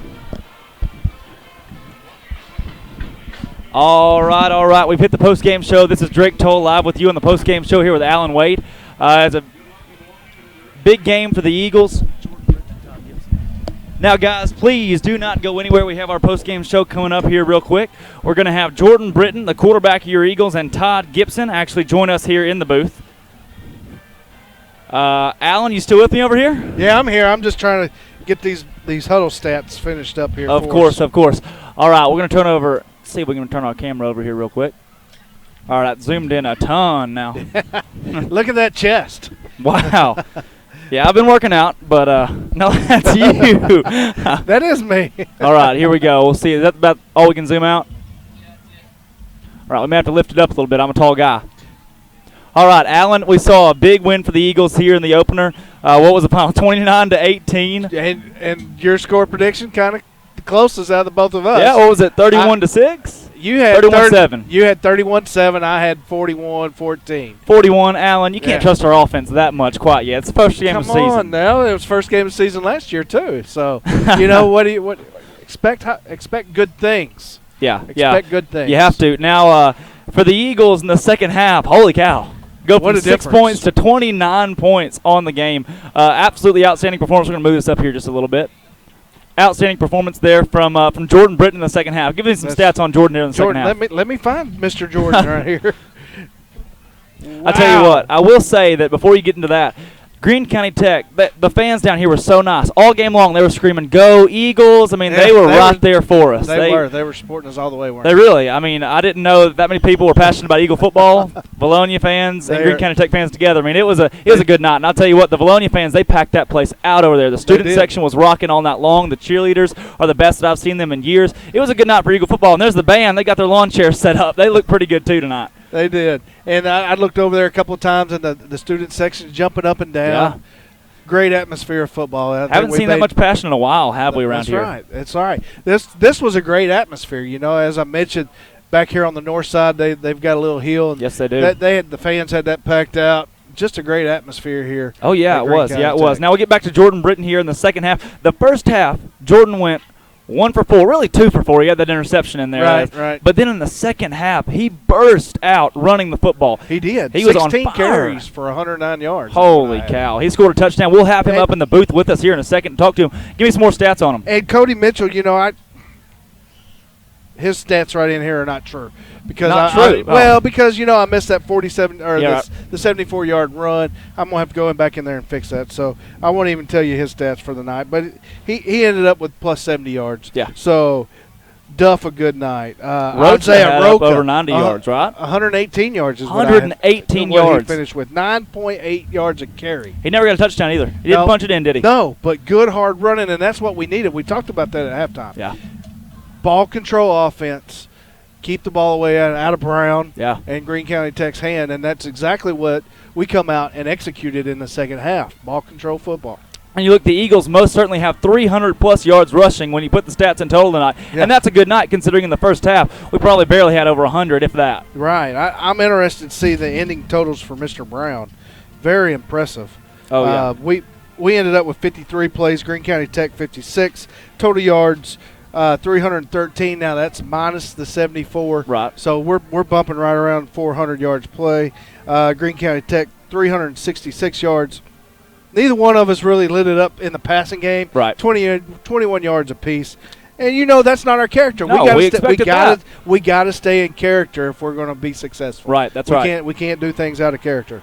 21 first downs is what we ended up with, and I think we only had What was it, 4? Yeah, in the first half, it was only 4 first downs. Coming into the second half. So, good turnaround. No, 2 turnovers apiece, 1 fumble loss each, 1 interception each.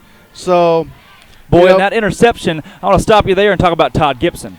Holy cow, the junior didn't play much as a sophomore, and what did he do tonight? Man, he showed out. Yes, he did. And the interception that you talk about, he seen Brown sneaking out of the backfield and got in his hip pocket in between him and the quarterback. And when the quarterback released it, he just said, "Thank you, sir." Yes, he did. And off to the races the other way.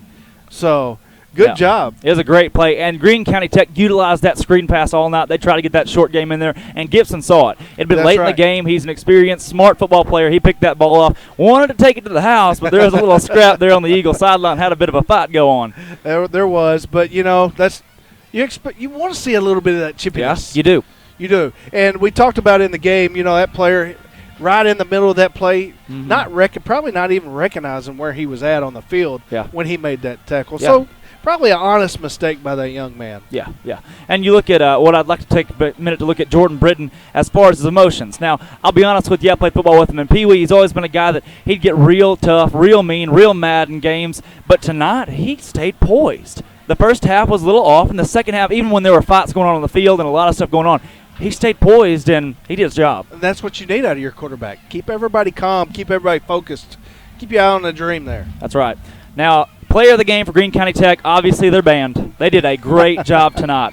I'll tell you what, my only comment is if we could get some shorter lines in the men's bathroom. That's the only thing we need to fix about this stadium. But the rest of it is a pretty good night to be outside. A few bugs here and there, but it's been a pretty nice night. Hey, Greene County Tech has got a hoss of a runner in Mr. Brown. Yes, they do. 30 carries, 239 yards. Now, Alan, we're going to bring on our 2 players of the game. We're going to start with you, Mr. Britton. A little sweaty. That's all right. This is Corey's headset, so it'll be all right. All right, Todd, we're going to get to you right after Jordan. Yep, just put it on. Put that mic right down to your mic, and you should be test it. 1 2 3 1 2 4 1 2 3 4 7 876. Yeah, here we go. Jordan, you're live with us. Jordan, I'm an honest man, and Jordan, your first half wasn't very good. No, it was but not. But man, you went all out in that second half. You looked insane. Tell me, what did it feel like to break out in that second half and have such a good game? You had 109 rushing yards. You know, it wasn't just me. You know, I got real mad on the sideline. You know, I got pats on the back every single time I sat down. Everybody was saying, "Good job." You know, you're all right. And so, my job is to lead this team. And I mean, I kind of veered away from that the first half, and just got to buy into the veer, you know. Yeah. Got to buy in, and that's what we did, and we came out victorious. The running game was awesome. You had the running touchdown down here, and you stayed poised. We talk about that. You didn't let the emotions get to you. You stayed a leader. Now, on that interception, I want to get what happened on that play? Obviously, it was just a straight comeback route. I threw a little bit to the left. Tyson had no clue it was coming. Yeah. So, I mean, it came out wobbly, went a little bit to the left. I take full responsibility. But so that was just the pregame jitters, you know. Yeah. Well, that was carried into it. That was a read. You was making the throw before he made his cut. Oh, yes. So it's just I just misread the spot, you know. And I threw it to the sideline, threw it way inside. So yeah, I like that response. Wanted to see how you react to that one. Now, Jordan, last question. You're a starting quarterback. Has that set in yet? No, definitely not. Especially the first half. You know, I haven't played a ton of football since 8th grade year. Yeah. So coming in here and playing every single snap, it's really surreal. Yeah. You feel the bad things really hurt and the good things really feel good. So it's great to come out victorious, and let's get focused on next week, get Pottsville. That's right. Let's get Pottsville. Jordan, thanks so much for being with us. We'll bring in Todd Gibson now, our defensive player of the game. Todd, if you put that headset on the mic. Yeah. Todd, you don't smell too hot. No, man. Now, I'll tell you what, Todd, that right there, you hands down get the player of the game for the Eagles. Had the interception. You had the forced fumble down there. Todd, last season, I'm going to be honest, you didn't play a ton. And now to come in the opener and do this, how's it feel, man? Man, it feels great to be out here, man. Yeah. Yeah. So how did that interception right there, walk me through the before that play and then what happened there. I know they've been throwing screen passes all night. Looked like you read it perfect. Man, Coach just said be there in the right spot and great things will happen. And we were there. Yeah, we were there. Now, Todd, you had a lot of big hits. They said your name a lot over the loudspeakers tonight. How hopped were you out there? Hop, that's a cool new word. How hopped were you out there? Man, our defense we were killer out there. Yeah. It was all defense. Now, give me somebody else on defense that really helped you tonight. I know it's a team effort. Who's somebody else that made the game a success for you? Because you can't do it alone. Colton Bolin and Trent Heatherton. Yeah. Colton always had my back when I missed a tackle and everything like that. He was just there. We heard those names a lot tonight. Alan, what do you have? They were right over. What adjustments did you guys make at halftime there in the locker room? What did coaches say to you? Well, Coach told me when the back's on my side and I have twins and he goes in motion, it's automatic blitz. And I feel like that really shut him down because we hit that running back, which caused our corner and our linebacker to fly and hit the quarterback. That's right. And from what I seen on your interception, it seemed like you were blitzing him, but you recognized that Brown was sliding outside of you, and you got in his back pocket and just stayed in between him and the quarterback. And when the quarterback put the ball in the air, he was just right there. Yes, sir. Good play, sir. Thank Todd, you. I'd like to tell you that one right there when you intercepted the ball, you got hit out of bounds, but you kept your head. You didn't get up firing back at him. You kept your head. You were poised, as was the entire defense. It was a great game. Congratulations on the big win. We'll look to see you again tomorrow night. Thank you. Next week. See you, Todd. Congratulations. All right, guys, we're about ready to wrap it up here from Greene County Tech. Your final score once again, the Eagles 29, and the Eagles 29. The Eagles 18 as well. No, Greene County Tech 18, Vilonia 29. It was a good ball game tonight, our first broadcast of high school football through the Vilonia Eagle Football Foundation. One last time, let's get our sponsors in here. Yeah. And we'd like to thank the Vilonia Eagle Football Foundation, DNN Construction, and the Charlie Roller Foundation for making this broadcast happen. Again, if you see them out and about and around the city, give them a good handshake. Tell them thank you. If you want to help the Eagle Football Foundation, get in touch with one of the board members, and there's certainly a way that you guys can help us out. Now, Corey, can you sum the game up for me from your perspective, play-by-play, your first game, high school football? What was that like? For me, it was a little bit. I'm sure I wasn't perfect on everything. I'm not going to sit here and say that I'm a professional by any means. I'm just hope to be able to, talk about the game, not take away from it for any of you fans watching at home, because ultimately, man, we're doing this for a service for the community. That's right. And it's not for anything for us. We are happy to be here. We're glad to be able to do it. I love the Vilonia Eagles. I love Eagle football, and, I hope that I'm helping you guys see something that you haven't been able to see over the past years, when we've had a little bit of struggles getting broadcasts out, jumping around on different medias, doing different things. Happy to bring you the video here. I will get better, I hope. If not, we may be looking for another play-by-play guy. Now, maybe looking for 3 new guys. I sure hope not. If they do, we'll head over to Greenbrier. I bet they're looking. There you go. No, but I will say our play of the night, Alan, your vocabulary was our play of the night. Was? I mean, you had some. You like the matriculation? Matriculation. There was some kind of something in there that you just left and right. You're throwing all kinds of new words. Alanisms. He's full of it. We just don't know what it is. Guys, thanks so much for watching our broadcast tonight. We'll be live again next week at Pottsville. If you can't make it to that game, watch again live. Subscribe down below. It'll tell you when we go live every single week. For Drake Toll, Alan Wade, Corey Erie, this is Vilonia Eagle Vision signing off. Thank you, guys.